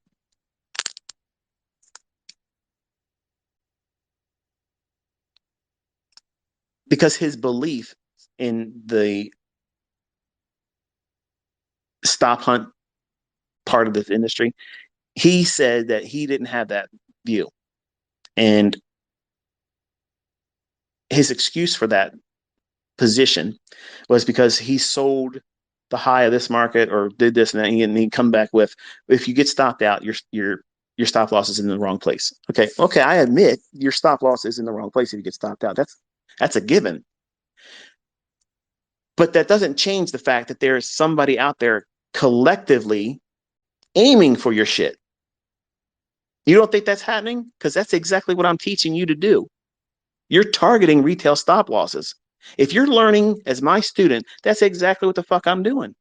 And that's what these young men and women are doing right now when they're making money, whether they're live accounts or they're funded accounts. When they're banking and getting real money, when that money's going from the brokerage firm into their fucking bank accounts, that's happening because they're going after stop losses, Mr. Williams, and that's just the bottom fucking line. So if you've had that thought process all this time, it's time to reassess things because it's really going on. It's absolutely going on. And one of the things made me angry, there was a period of time where I was like, fuck Larry Williams. Okay. And I've changed my tune because obviously I was a young man being stupid. But I was offended by, when I finally realized that I've postponed my level of understanding about the marketplace. If I would have just simply discounted him and his opinion instead of elevating it, okay? And why am I even saying this? Because I know I have profitable students that have done things with other approaches. These people are making money. They've made money. And they came to me and they hear how hardline I am about certain things. Well, I'm hardline about every fucking thing. I'm polarizing about everything. I have my opinion. Everybody else is fucking wrong. That's just the way I am. It's a one-way street with me, and they name them. They name roads after me. One way. I'm not here for friends. You're here to listen to my opinion, whether you like it or not. I don't give a fuck. Okay. But if you want to learn how to do this, this is the way I teach it. And sometimes I'm not the best mentor for it. In fact, I'm probably not the best mentor. But I have logic and I have things that make perfect sense if you just take everything else away and just go back to the conversation of what we're talking about. How do these markets work? How do they book? What makes them gyrate? And what's the real general principle? What causes the price fluctuations and repricing? Why does the market go up? Why does the market go down? It has nothing to do with buying and selling pressure. It's the fucking liquidity. It's where the money is. The money is the orders. Where are those orders going to be resting? Above old highs and below old lows. How hard is that? It's not fucking hard. It's not complicated. Now, what complicates it is I have so many approaches to attack that liquidity. And lazy fucks out there simply want a one trick pony approach that they don't have to fucking think about. They want to pop up a yin and yang symbol on their fucking chart, and then they got to just do something based on that. Give me something to understand why I'm doing it. Don't just give me a stop sign or a green light go. Fuck that. Give me something to trust. I don't want to be like a laboratory rat where the bell would ring and the rat knows to go down this way, this way, this way, and it can get its cheese. Fuck that. I don't want to be manipulated in any aspect. I want to know why I'm doing something. I know why it's supposed to be happening. And when it's wrong, I accept the fact that I did it wrong. I'm not going to argue about it. I'm not going to be fucking mad about the system falling apart. I'm going to trust that it will work again in the future when I'm right doing it. See the difference there? There's personal responsibility that's lacking in all of the fuckery that's going on in this industry. And it's been that way since I've been in it and longer. I came up in the 90s when this shit was hot and heavy, when everybody started realizing, hey, I could start marketing shit. I could sell books. I can sell courses. And I didn't know how to do any of that shit. I was learning. I was buying everybody's bullshit. And everybody learned from the 90s, oh shit, there's a market for this. And in the 2000s, it exploded. Remember infomercials? That's when that shit happened. Because everybody felt like they could go in there and provide a service or a way of doing something to everybody. And if you could put an infomercial up, here's a test for some of y'all older folks. Do you remember a guy named Don Lapre? I take tiny classified ads and I place them in thousands of newspapers all around the world. If I can get a newspaper to pay me $35 or profit from that, in 1,000 newspapers, I'm making $35,000 a week. Every week, week after week, I'm getting checks. Okay. But he's not telling you the fucking cost of doing that is break even. So I heard this shit as a young man, and I said, "Oh shit, this is the fucking ticket. I'm getting out of this fucking vending job. I'm gonna do that." So I bought his bullshit, and it was literally a rag. Like it was. like a comic strip on the back of a fucking newspaper. It was worthless. He gave you a directory of everything that every newspaper and phone number that you can post an ad with. You could get that shit on the internet. The internet was around then. But what he got me was the upsell. The upsell was, okay, because you are now a member of my private community, I'm going to let you in on an exclusive deal. 1-900 numbers. Yeah. I had 1-900 numbers. I had a betting channel, I had a horoscope channel, I had a dating service line, all that shit. Okay? I had all that stuff. And you know how much money I made off of it? About $8,000. That's it. He made more money than I did. I got 1 minute, I'm sorry, $1 per minute for every call that was made, and he had $1.50 of it. Now I had to do the advertising, but he made more money off of it.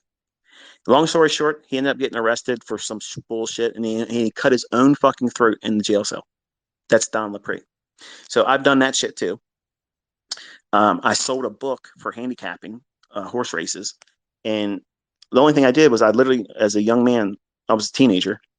I went to the library in Essex and looked up handicapping horse races, and I took a book and I condensed it down to 15 pages, and I put it in the city paper, and I sold it for $19. And I was making more money than I was making when I was working as a fast food guy. So I said, fuck this, I'm not working. And I did that for about 3 years. And I only put the ads in the Avenue, which is a little shit rag newspaper on Thursday that came out. And I ran on the city paper,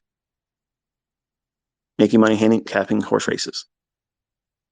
And it was something I just simply condensed. And there it was. But gamblers, okay, gamblers are sick individuals. And I didn't realize that at the time. I just figured, well, shit, I'm going to sell something because what?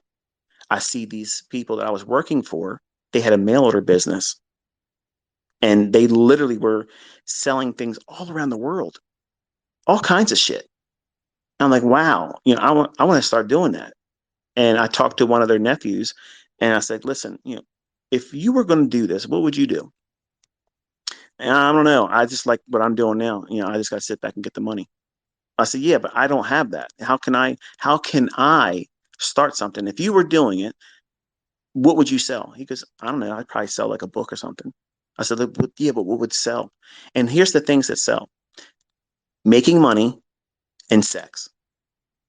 Anything making money sells, number one. But the only thing that outperforms that is anything sexual. That's pornography. I never was interested in that. And his family was into that industry. They owned a theater on Bel Air Road or Harford. I can't remember if it's Harford Road or Bel Air Road. And then they did a lot of the adult novelty stuff, mail order stuff. And man, I literally, when I walked in and I saw their dining room table and they had mountains of fucking money falling off on the floor, falling off on the floor. And this man's wife came in the room and her wedding ring looked like a blue ice cube. The diamond was blue. It was huge, fucking enormous. It was so ridiculous looking. I was nervous. I was like, I'm in the wrong fucking place. I didn't want to move. I was afraid if I made a movement, even looking like I was getting close to that money, they'd probably bust me in the head, like going to try to steal none of this shit. Like I was nervous. I've never been around that kind of money before. So I'm thinking, okay, they clearly know what the fuck they're doing. So I was asking his nephew, I was like, hey, what would you do? And he's like, sell a book. And I was like, okay, well, what sells? And he said, making money or sex. I said, well, I'm not doing anything sex. I've never been into that shit. So I was like, okay, well, what makes money? Lottery numbers. Everybody had a thing for lottery numbers. And I was like, oh, fuck that. If I knew how to win the lottery, I'd just win the lottery. And I was like, what do people bet on? Horse races. I knew nothing about fucking horses. I knew nothing about racing horses. And my grandmother had horses, and I rode them on the weekends when I'd come up there. But apart from that, I didn't know anything about horses. So I went to the library and I saw a book, and I picked it up. And I read it. I was like, okay, I now understand what horse racing is about and how you handicap racing and stuff. So I condensed it down to like 15 pages. And I drew my own picture of the horse in the front being ridden by a jockey, and there it was. I sold it right on city paper and the avenue, and I only made the copies that were purchased. Mail order, money orders would come in. I didn't have to do any kind of MasterCard, Visa card, none of that shit. And sometimes it would be cash. There it is. It's done. So that was the beginning stages of Entrepreneur Huddleston. But I have no idea how the fuck we got on this conversation. But back to Larry Williams. That influence he had on me, that was a negative influence. That negative influence of me listening to him and holding his opinion in high regard was detrimental to my development. And by having a profitable approach coming to me, and then you hear me say everything else is stupid, that you have to understand something. That's my opinion. I was scarred by all that shit. I couldn't make it work like I make this work. So I am highly opinionated. I am absolutely convinced that no one could make me see anything other than what I see now in price because, well, you see the results of it. It's precise. But I don't want you, much like watching other people leave positive comments about me and negative comments, don't let any of that influence or form your opinion about what it is you're learning or your experience with me. Have that experience uniquely independent from everybody else's input. And that way, you can't blame the results on anything except for the content either works or it doesn't, or you're lazy, because that's the only outcomes. If you're not lazy, you will make this work for you. You can't deny it. It's the truth. It's the absolute market. But you have to come to grips with there are things that you're going to encounter in this industry that are taboo. There is no stop hunts. There is no them that are going to get you. And a lot of the old timers, and Larry Williams is old time, like he's been at it longer than I have. He's been doing it 50 years. I've been doing it 30. And he's done, wrote all kinds of books and made a name for himself as an educator and such. And he's highly regarded. And I regard him. He was my first mentor. But he making that remark, as much as he believed in it, had a huge fucking negative impact on me. And I wrestled with, I know in my heart of hearts that he's wrong. But because I looked at him as a mentor, father figure, young, impressionable Huddleston, I didn't want to admit in my heart of hearts that he was wrong. He was wrong. Absolutely fucking wrong. Okay. So instead of just going through the process of saying, okay, let me just suspend my belief in what he believes and agreeing with it, and let me go just test this on my own, I put it off. And I knew, and I have it in my journals, I'm wrestling with this right now. I just wish he never would have said that. And by me saying that in my journal, what did I just do? I reinforced the negative control and power of that statement he made. They're his fucking words. That's all they are. They're words. Some of you get offended because I'm dropping the F-bomb. You're supposed to be a Christian. It's a fucking word. Okay? It's just a word. I'm emphasizing something. I am not calling you out of your name. I'm ferociously trying to communicate the level of passion I have behind what I'm saying. If it's ugly language, look past it. Just understand I'm talking to you because I want you to do well. I'm not trying to offend any of you. I'm not trying to be Mr. Perfect Christian because there is none of them. They don't exist. But I'm trying to communicate the understanding that other people's opinion about me or anyone else, good or bad, don't elevate that shit to a level where you adopt it and you haven't done the work yourself to evaluate whether or not their opinion of whatever it is they're talking about is even valid. I had that problem in my own development. And when I journaled it multiple times, I would literally start off my journal sometimes saying, I'm still wrestling with Larry Williams saying that he doesn't believe there's a stop hunt. When I'm looking at this shit and I just got stopped out on soybeans, it went right to my fucking order. It didn't go one tick beyond. It went right to mine, and that was the low of the day, and it went up. Limit up the next 2 days. And you're going to tell me there ain't no fucking people out there taking stops? Come on, man. Got to call bullshit eventually. So there's a spectrum to this. If you're coming to me new, if you've been here for a while, or if you're a profitable trader doing other things, you're going to hear me say things that are highly opinionated. And I don't want you to take anything I say that is an opinion about other styles, other approaches to trading. I'm not oblivious to the fact that there's other people out there literally making money and they have no idea what the fucking order block is.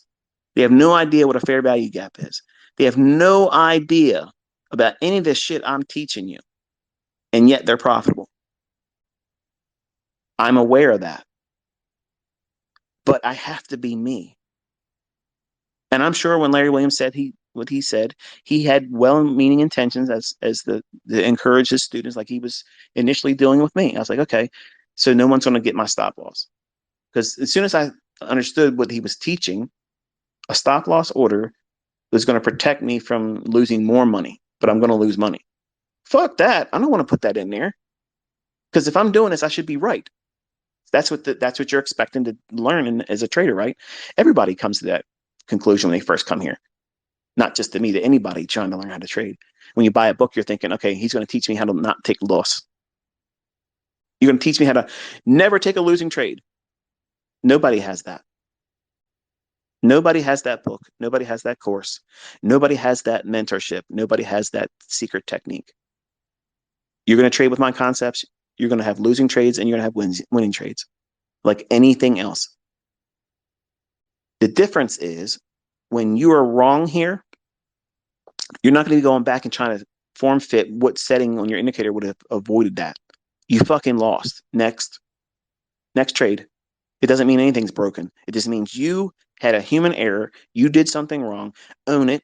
Take full responsibility for it. You had money management behind the trade properly. It did not crush your account. It did not make you nuts because you had a losing transaction.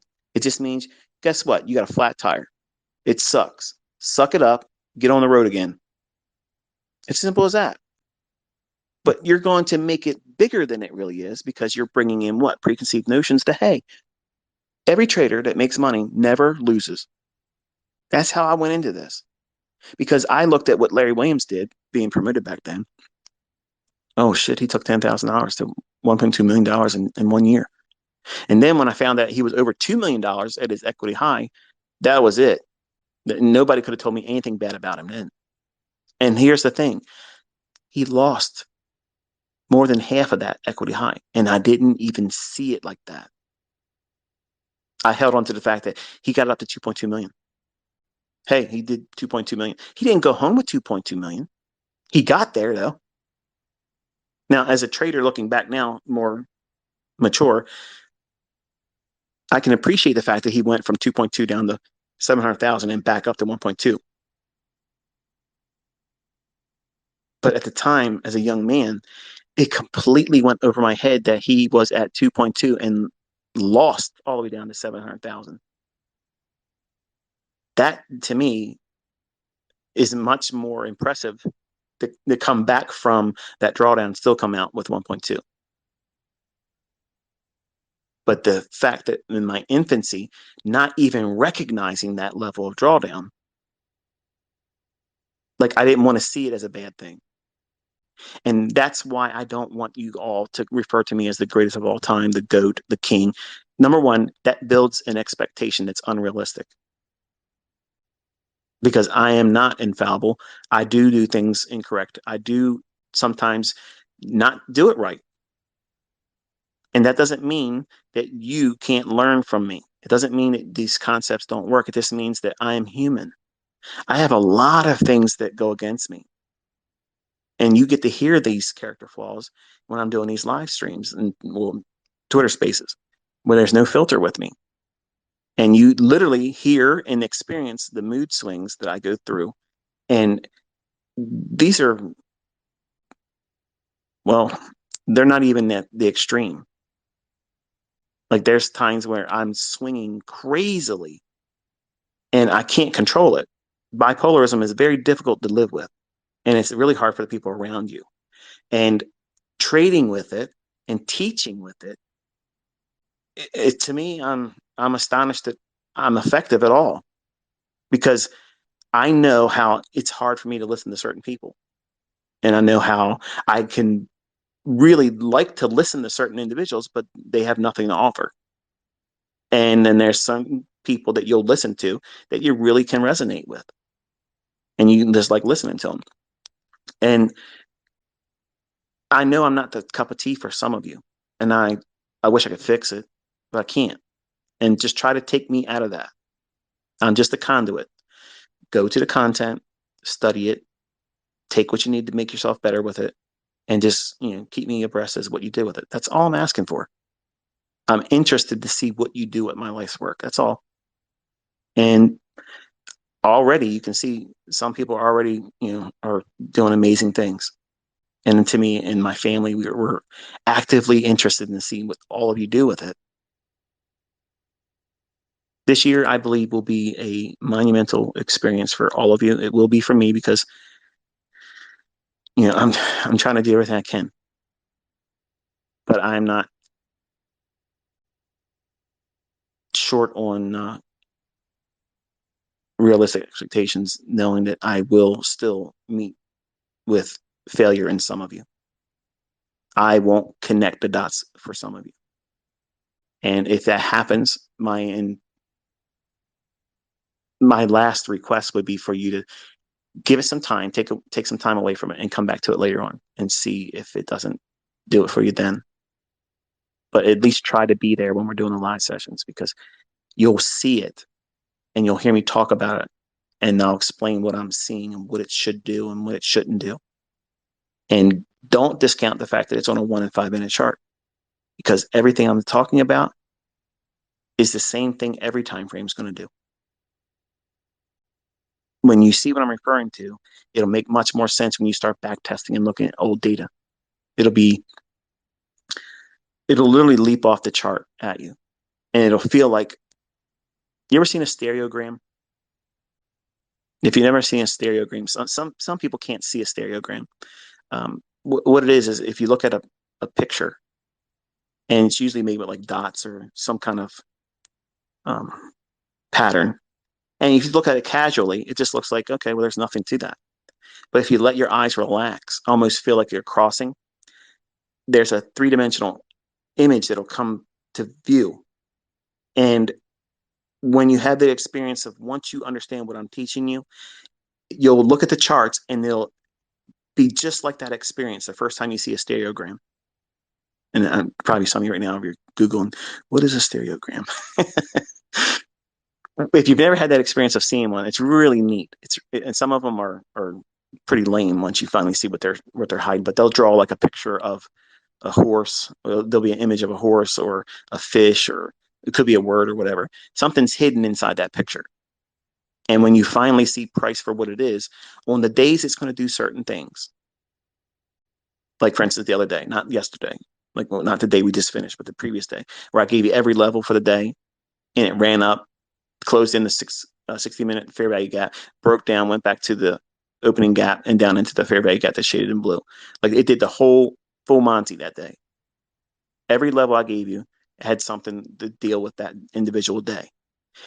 When you have that moment of astonishment where you can see these things before they happen, and you know where they're going to key up on, where the highs and lows are going to form, where the setups are going to form, and all you got to do is wait for the time of day when it's going to form, there's nothing that you can use in terms of words to describe it.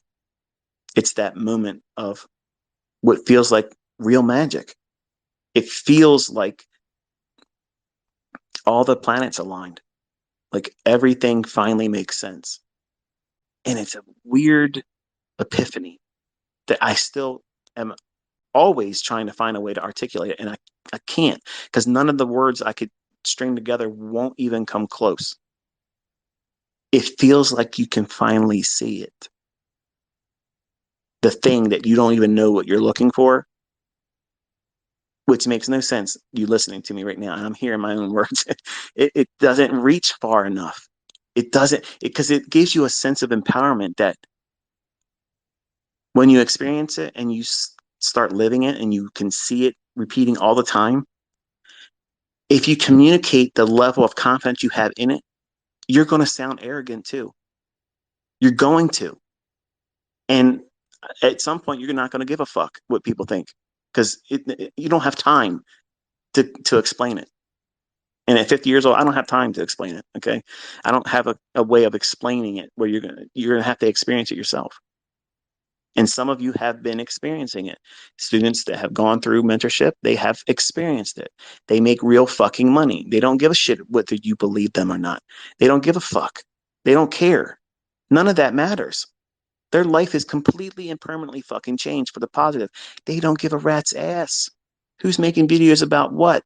Who's talking about what? They don't give a shit. When you start making money, be honest now. Not text, tweet me right now. Who, who's going to be the one that gives a fuck what anybody else thinks when you start making bank? Name the person you're going to give a fuck about hearing from when you start making 6 figures a year. Who's going to be the person that's going to make you feel bad about doing that? Is there anybody you can name? Because chances are you're probably typing nobody. Yep, nobody. That's the person that's going to influence you.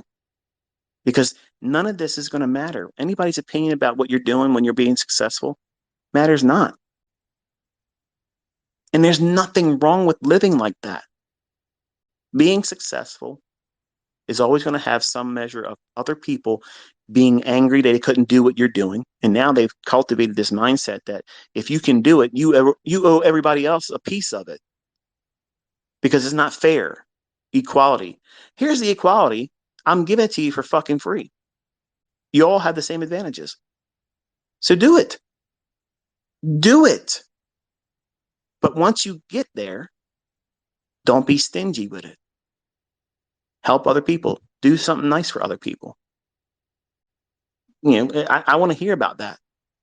I'm hoping that I've encouraged that type of mindset in all of you. And when you get to that point when you can afford to do things nice, you don't have to make a big show of it. I have people that are building hospitals in other countries. I have people that are building orphanages. All these things like that to me and my family, when we see that type of stuff, that's incredible. That's stuff that really matters. Not I bought a fucking Lamborghini, man. I had to pay cash for it. It's great. Fuck off. Nobody cares about that. Lamborghinis are out of style. Okay. The Bugatti, man. I want to be impressed. Show me a Bugatti. Buy the first Bugatti. That's what I want. Because if you ain't got a Bugatti, I don't give a fuck about your car. So, in closing, we've covered a great deal of things, obviously much more than you probably paid for, but there are no refunds. And everything you're going to see this year will help solidify everything you've seen in videos from me over the years. But monthly goals are absolutely crucial to you developing, because if you aim at nothing, you'll hit it every single time. And if you're here to learn how to make money and you're not aiming for something in terms of monetary goal, if it's realistic, and I think 10% or less, and 10% is 2.5 years minimum experience, consistently profitable minimum 2.5 years like that, then and only then would I even promote the idea of aiming for 10% a month. But prior to that, nah, just aim for 3 to 6%. The end of the first year, you should be going into your first full year, going into the second start of the new year. That should be a goal of 6% per month, and accepting the fact that sometimes you won't hit it, but you won't be in a rush to try to get it before the end of the month. That's the difference. And that's also a growth that you'll have to go through that's uncomfortable, because you want to be perfect. You want to hit your monthly goal every single month. And when you go into drawdown, you're going to feel like you want to make it back. Or worst case scenario, think, okay, my goal is 6%. And on January 1st of the new year, when I start as my second year in 2024, you have a goal of 6%, and say you only make 3.5%. Don't go into February trying to do the 6% plus the difference that you didn't make in January. Just accept the fact that you didn't hit it. Learn from that. Develop responsibility and discipline not to chase the money. You're sticking to a process.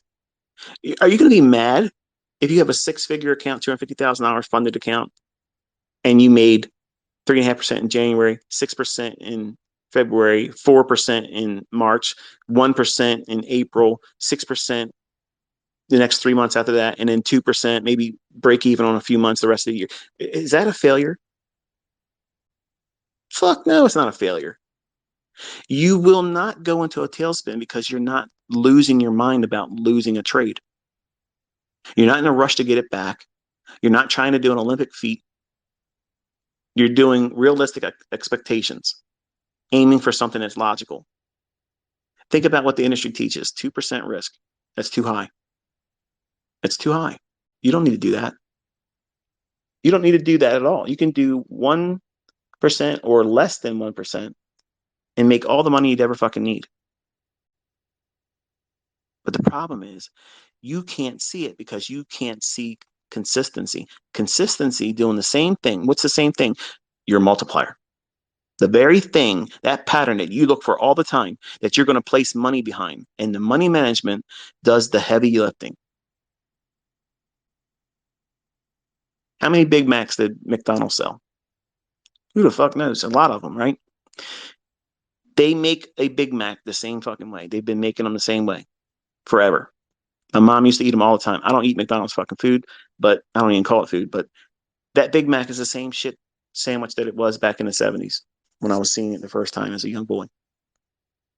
They're not trying to reinvent some shit, okay? It's the Big Mac. When you're going into your trading, the same recipe, the same model, the same multiplier that McDonald's uses for their Big Mac sandwich, you're doing that with your setup.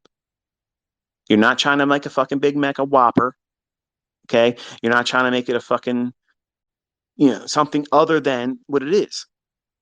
And you're looking for it to appear in your chart. And when it's there, you don't think about it. You just engage it. You do it the same way every single time. You manage it the same way every single time. Done.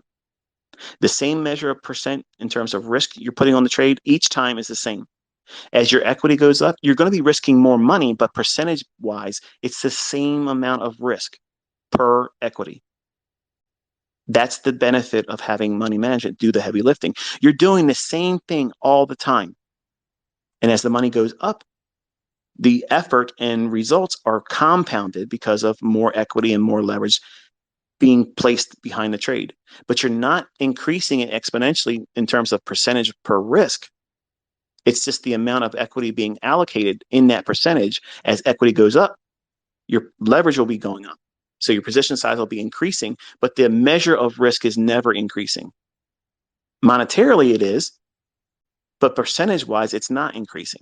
You have a fixed rate of risk percentage wise. And as you draw down, when you have losing trades, then you start scaling it back.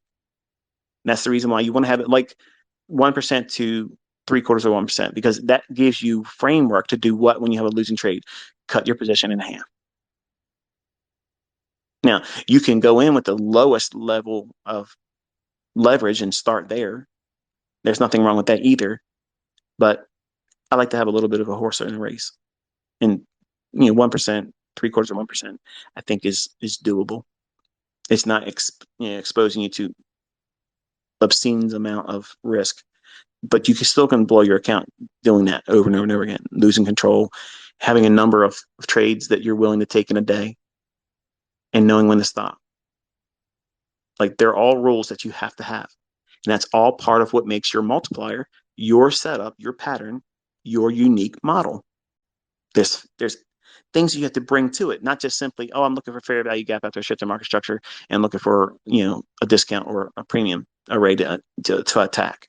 Okay, well, what are you going to risk on your trade? And what happens if you take a loss on that trade? How are you going to engage? When will you stop? See, when I go into live streams, I know we were supposed to stop talking, right? I'm awake, so I'm still talking. When I'm on live streams and I get a chance to ask the person that's doing the live stream, I ask questions like this. I'm like, what tells you when to stop? Like, when do you pull the plug on your trading for the day? Is there a certain amount of money you aim for? Once you hit it, you're done. Is there a certain number of losing trades or a percentage of equity you are willing to absorb? Or how many losing transactions do you have before you call it quits? If you make money in the morning, do you trade in the afternoon or vice versa? Like, I ask this of anyone that allows me to be able to comment. And some of these fucking live streamers are little bitches because they see me in there. Okay. Wyland. Okay. You won't answer any of my questions. And I'm being sincere. I'm a part of your audience. Okay. And you won't answer my questions. It takes your moderators to say what I said. Then you'll respond to them, but whatever. But I ask the same types of questions because I'm interested in the way the trader thinks. I could give two fucks what they use to get in because 90% of the time what they're doing is asinine shit. They're either chasing the market, legitimately chasing it, or they're just flat out wrong. But I like listening to their approach to how they internalize it. What what causes the wrestling matches internally? Because that's where everybody fails. And I like listening to their answers. And for the most part, they all have the same retail responses. They just trust their gut. They when they feel the pressure of it and they just can't handle it anymore, then they stop. To me, that's bullshit. You have to have it written out. I'm going to take a losing trade once in the morning. And then if I have a losing trade in the morning, I'll go one more time. If I lose again in the morning session, there is no afternoon session. That's it. We're done. Because I'm at my two loss in the same session, and that means I'm probably going to be going in bitter and sore and wanting to prove something, and I want to get it all back in the afternoon. So therefore, do what? Just take it home. Go in there tomorrow and trade again. That's why I'm teaching you that way. In time, you'll know when you can go in the afternoon and correct that. But you don't know what that's like when you're brand new. You're impulsive. You have no idea what you're doing. And I have to be careful what I was going to say because another person I like watching would probably be offended about what I'm going to say and it wouldn't even have anything to do with them. So I'll hold that thought for a different conversation. But you have to know what causes you to say, I'm not doing it. If you take a losing trade in the morning and you don't take a second trade at all, then you can go in the afternoon trying to just take some of the loss away. You're not trying to get it all back. You're not trying to double the loss into a gain. These are all rules that have to be outlined, written, not, well, I'll use that today because it feels like I should do it. No, you have to be rigid with these rules. Big Macs are not fucking made with chicken strips. Okay. It's the same wannabe beef in those fucking pieces of bread, lettuce, and Thousand Island sauce they call special sauce. Okay. That's a Big Mac. So they're doing it the same way all the time. Sometimes the Big Mac you get isn't fit for eating. And it's just like the fucking trade sometimes. You're going to get into it and it ain't going to be worth having. That's the way it is. Sometimes you don't get what you paid for and you get a bad result. Doesn't mean Big Macs are going to sell in the future. There's going to be lots of people that want Big Macs. And just like that model that you're following, once you identify what it is that you're going to be following, you're going to still trust it, even though it gives you once in a while lackluster or subpar results. And that is a learning curve that some of you aren't prepared for. You want it to be perfect.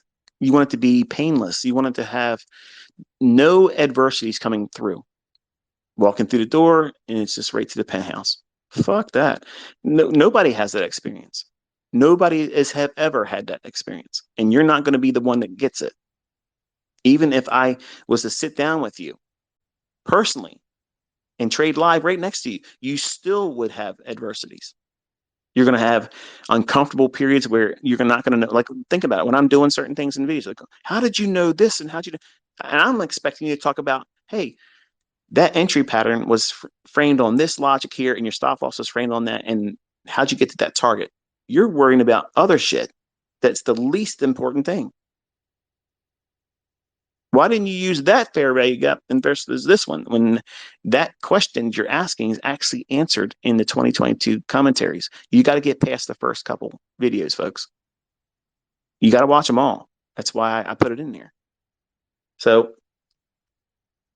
it's not for a lack of, trying. I put the information in the lectures, but you have to watch them and not just listen to them. You got to take notes and then go and say, okay, what he said about the market doing these certain things. Let me see if I can go and see it. And boom, there you'll see it. And then it's now understood. You don't need to watch the videos 15 times to get the real flavor of what I'm trying to communicate. You'll see what it is, and then you won't need to go back to that topic anymore. But anyway, I'm quite certain my wife is flipping out down there, and my children's probably asked my mom, their mother rather. Dad's been up here a long time. Yes, I have. I've had a lot of time, a lot of fun tonight, and I'm feeling much better, and I've thoroughly enjoyed having this discussion with you. It maybe not so much answered the nuts and bolts of what it is that you should do, because if you're leaving this discussion feeling like 25%, 30% a month is doable consistently, I'm going to argue that with you.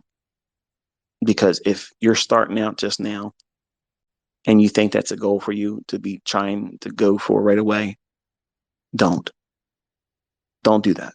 Especially if you finally arrive at a point where you're funded and you have access to be able to take money from a company that makes it available to you.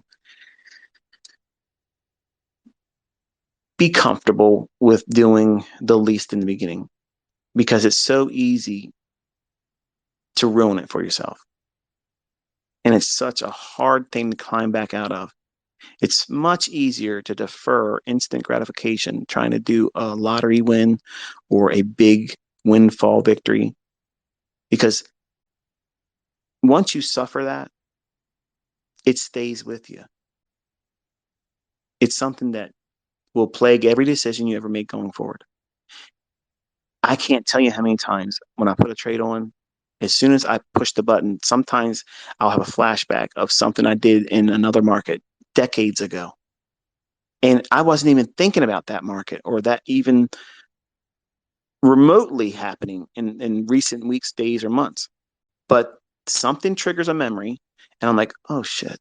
And it causes me to second guess something, which causes me to get slippage on the position entry. That's normal. Like, that's a normal thing. But when I first started encountering that, I felt like there was something wrong with me. No, it's just I have a lot of experience. And because I was learning to do this improperly, because I didn't have a mentor sitting down with me in the beginning. The good Lord himself was the one that was giving me the tenacity to stick with this and guide me through all the turmoil. But I didn't have like this guy like you got right now that's bloviating on about what you shouldn't do.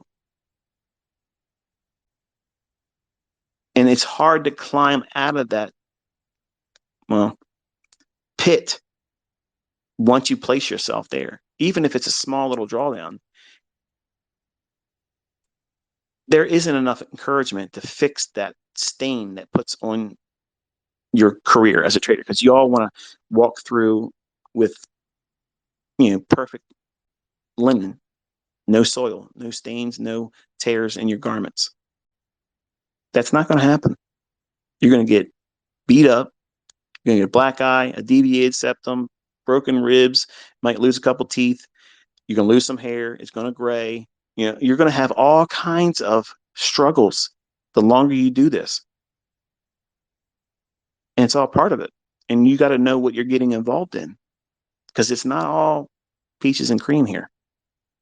You have to be comfortable with, I'm losing sometimes. And that's fucking fun, because it's not taking me out. I'm going to win. Every time I have a losing trade, the next trade, I'm trying to be even more precise with my entry and more precise with my exit. And I'm doing it with less risk. And I turn it into a way of personal victory, doing exactly what I'm supposed to do within the rules and the context of how I'm trading. And if you do that, guess what it does for you as a byproduct? it prevents you from going lunacy, like losing your mind, trying to get it back all right away. You won't have any anxiety about forcing yourself and being correct in trying to repair the drawdown right away. And here's the other thing. You won't regret not catching the big windfall wins. Think about how many times have you watched me do a trade or watched the market tear off, and you can see it in hindsight. Oh, if I would have just been there, I could have done that. See, that's a problem for a new trader. That's a huge, huge problem. Only recently in the last, I don't know, maybe 8 years or so, fear of missing out, FOMO, has made its way to the vocabulary of a new startup trader. When we were coming up in the 90s and even before me, folks would make no mention of fearing missing a move. We were all scared shitless. Like we were afraid to get in the markets because we were told what? Everybody loses their ass in the commodity markets. Don't trade commodities. Well, you know me. You say don't step on the grass, I'm going to moonwalk across that shit. So I jumped in there fearless and I'm going to do whatever I got to do to make money, and then lost my ass right away. So I had to learn how to trade. You are going to fear missing out on all these moves until you adopt a model and you execute and operate only in the context and rules and parameters of that model. When you do that, you will, number one, be sober-minded about how making money is the number one common denominator, why you're doing what you're doing. You're not in here to try to impress anybody. You're here to make fucking money. That's it. You got bills to pay. You have a lifestyle you're trying to flesh out for you and your family. There's no shame in that. There's absolutely nothing wrong with that. And having lots of money, that's not evil. The love of money is the root of evil. Not having a lot of money is evil. That's bullshit. That's a twisting of it. So having a lot of money is wonderful because you can do lots of things with money with the right mindset and heart. You can do a lot of good things for other people. But if you don't have a model, you will look at moves tear off, and you not being a part of that move will make you do what? Regret, chase, and have remorse for not having been a part of it.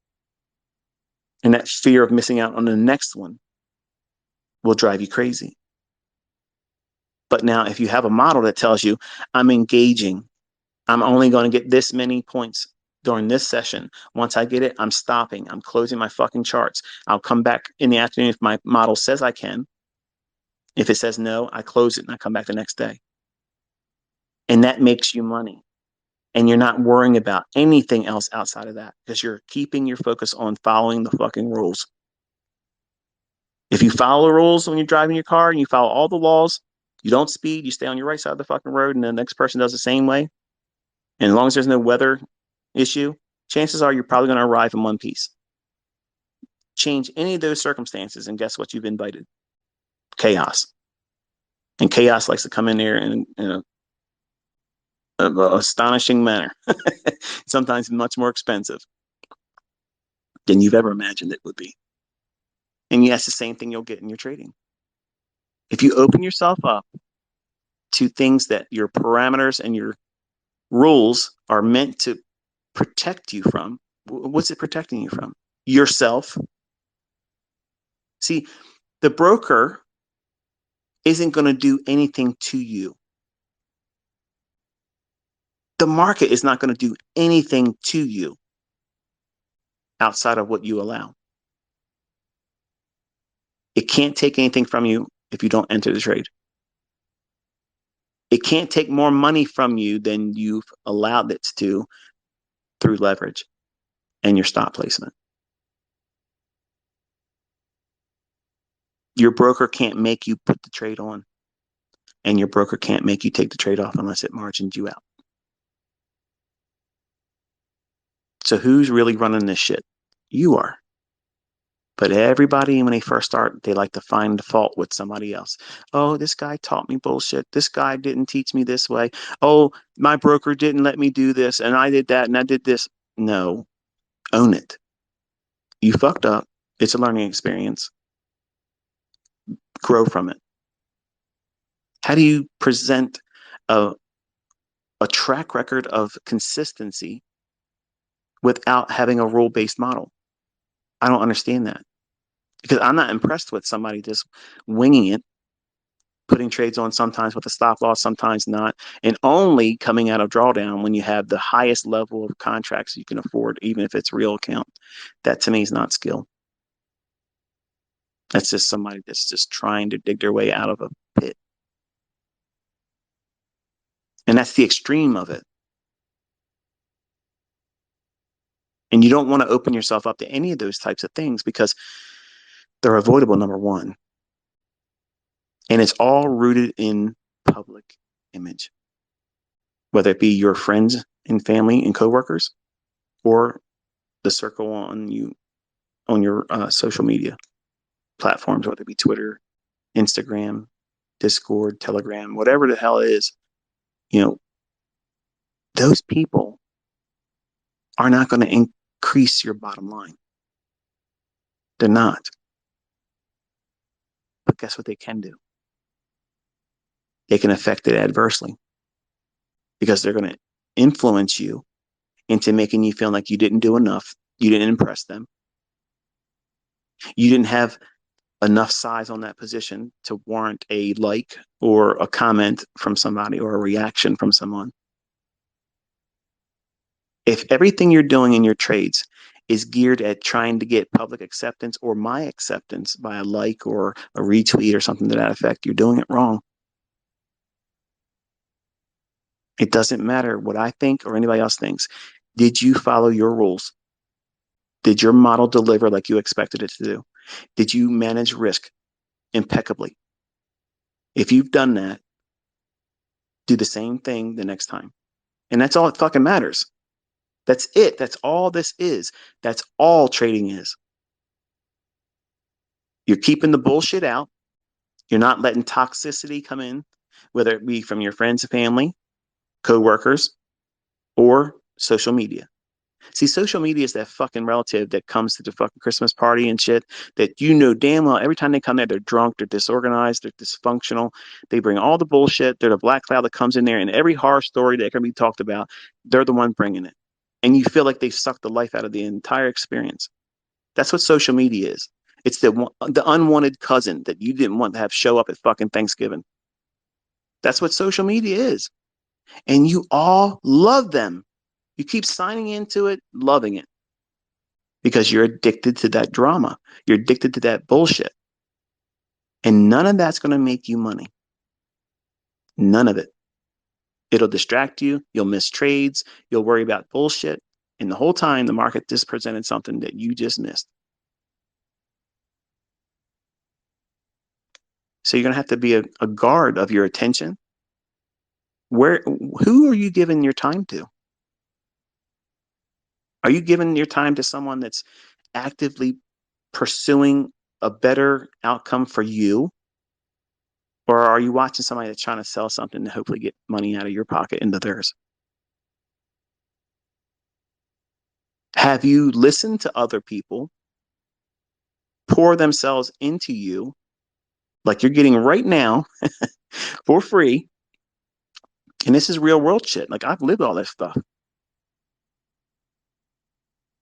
Or are you getting a sales pitch later on?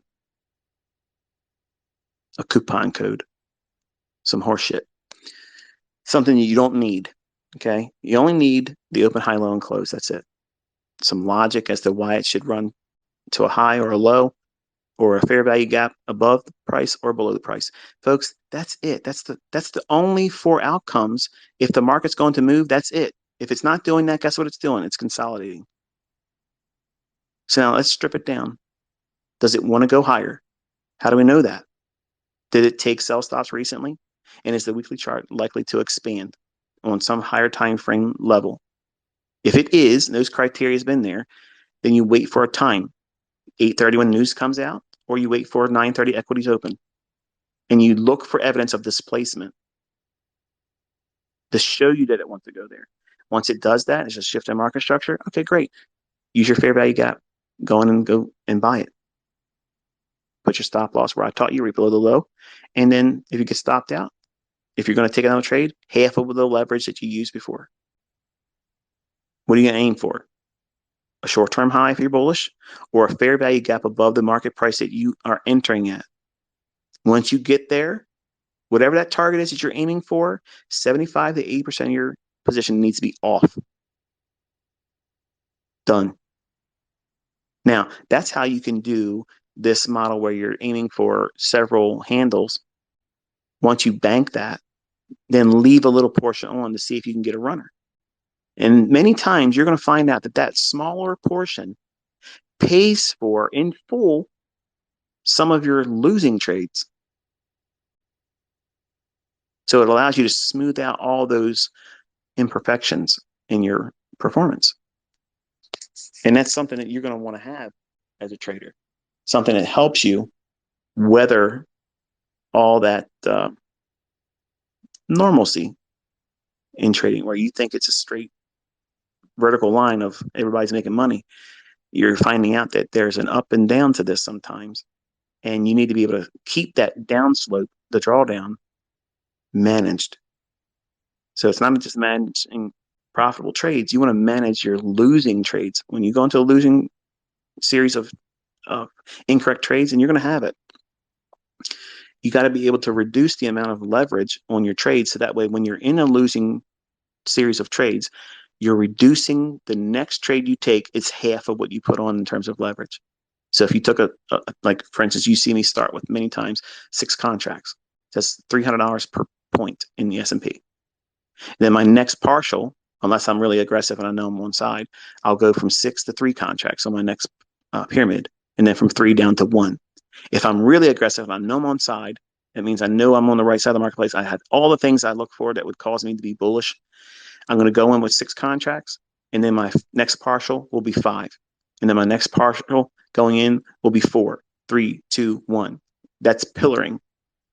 Okay. A pyramid is where I start with the largest portion first, and then I work my way down, splitting it in half each time. That's my normal pyramiding. If I know I'm on side and I know I have everything in my favor that's going to go up, I will go in with 6, 5, 4, 3, 2, 1. And then many times, if I catch something else and it gives me something else that I can add another one on, I'll go one more single after that. And that's usually it. So if that's your working base of what your average multiplier is, that's my go-to. If I can't put a trade on with that type of gearing, then I'm probably not in a high probability setup. So I'll just do something with like 4 or 3 contracts and no pyramiding. I'll just do partials as it lets me. So you'll see those examples when I'm doing, the live explanations. I'll say, okay, this is a trade where I would have done 6 here. I'm going to say what I would do. I'm not going to push the button. So that way you can clearly see I am not front running anything, not even in a demo, nothing. I'm going to explain the logic of what I'm looking for, why it should be done this way, and that way you see it. Somebody's still going to bitch and complain that you're not trading ICT, but I'm still going to call it to the fucking degree of perfection, and they're going to miss the whole point of doing it. Don't be that stupid person, okay? Don't be a fucking Carl. There's no Employee of the Week award around here. But I think that's going to be it tonight. So I'm going to close this one, and hopefully you got something out of it. If not, I hope I entertained you for the time we've been together. Trying to see what I got here. Hold on one second.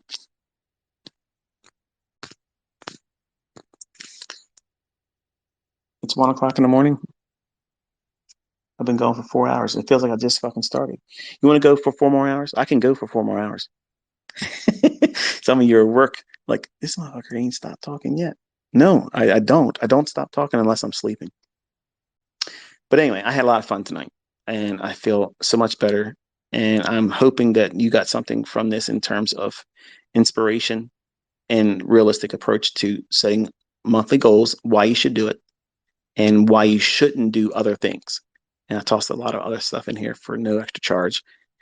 And I don't know when I'm going to do the next one. I wasn't really planning on doing any of these in 2023, but you know how that works with me. Whatever I say, you're always going to get more than what you're expected to get. So anyway, Tomorrow, turn your charts on at 10 o'clock. Look for a 1 or 5 minute short-term high or low and study that for a liquidity run and look for 5 handles. Don't start your charts or open them up before 10 o'clock because you're going to be doing this exercise Monday through Friday of next week. And I'm going to give you other things that you got to start doing. But I want you to just spend time doing that. Don't do any demos tomorrow. You're just paper trading, or not paper trading. You're tape reading. No paper trading, no demo trading, no live trading. Okay, just observe, but only look at the market right at 10 o'clock, and only look to 10:45. You should find something between 10 and 45. One little stop hunt. Look for 5 handles. If you don't get it, if you can't see it real time, just after the fact, after it happens, and you can see it for what it really is, then log it. Put that in your journal, and you'll see what I can do with that with your learning the following week. Okay. And all of this will help frame tape reading and understanding how to find setups. And it's applicable to higher time frame charts. Don't think that this only works on these smaller time frames. It doesn't. It works on all time frames. But you have to the logic that I'm going to share with you, as we go through this year. Okay. That's going to be it. I'll touch base with you, I'm sure, tomorrow by way of Twitter. Tickle on your Twitter. And until I do that, be safe.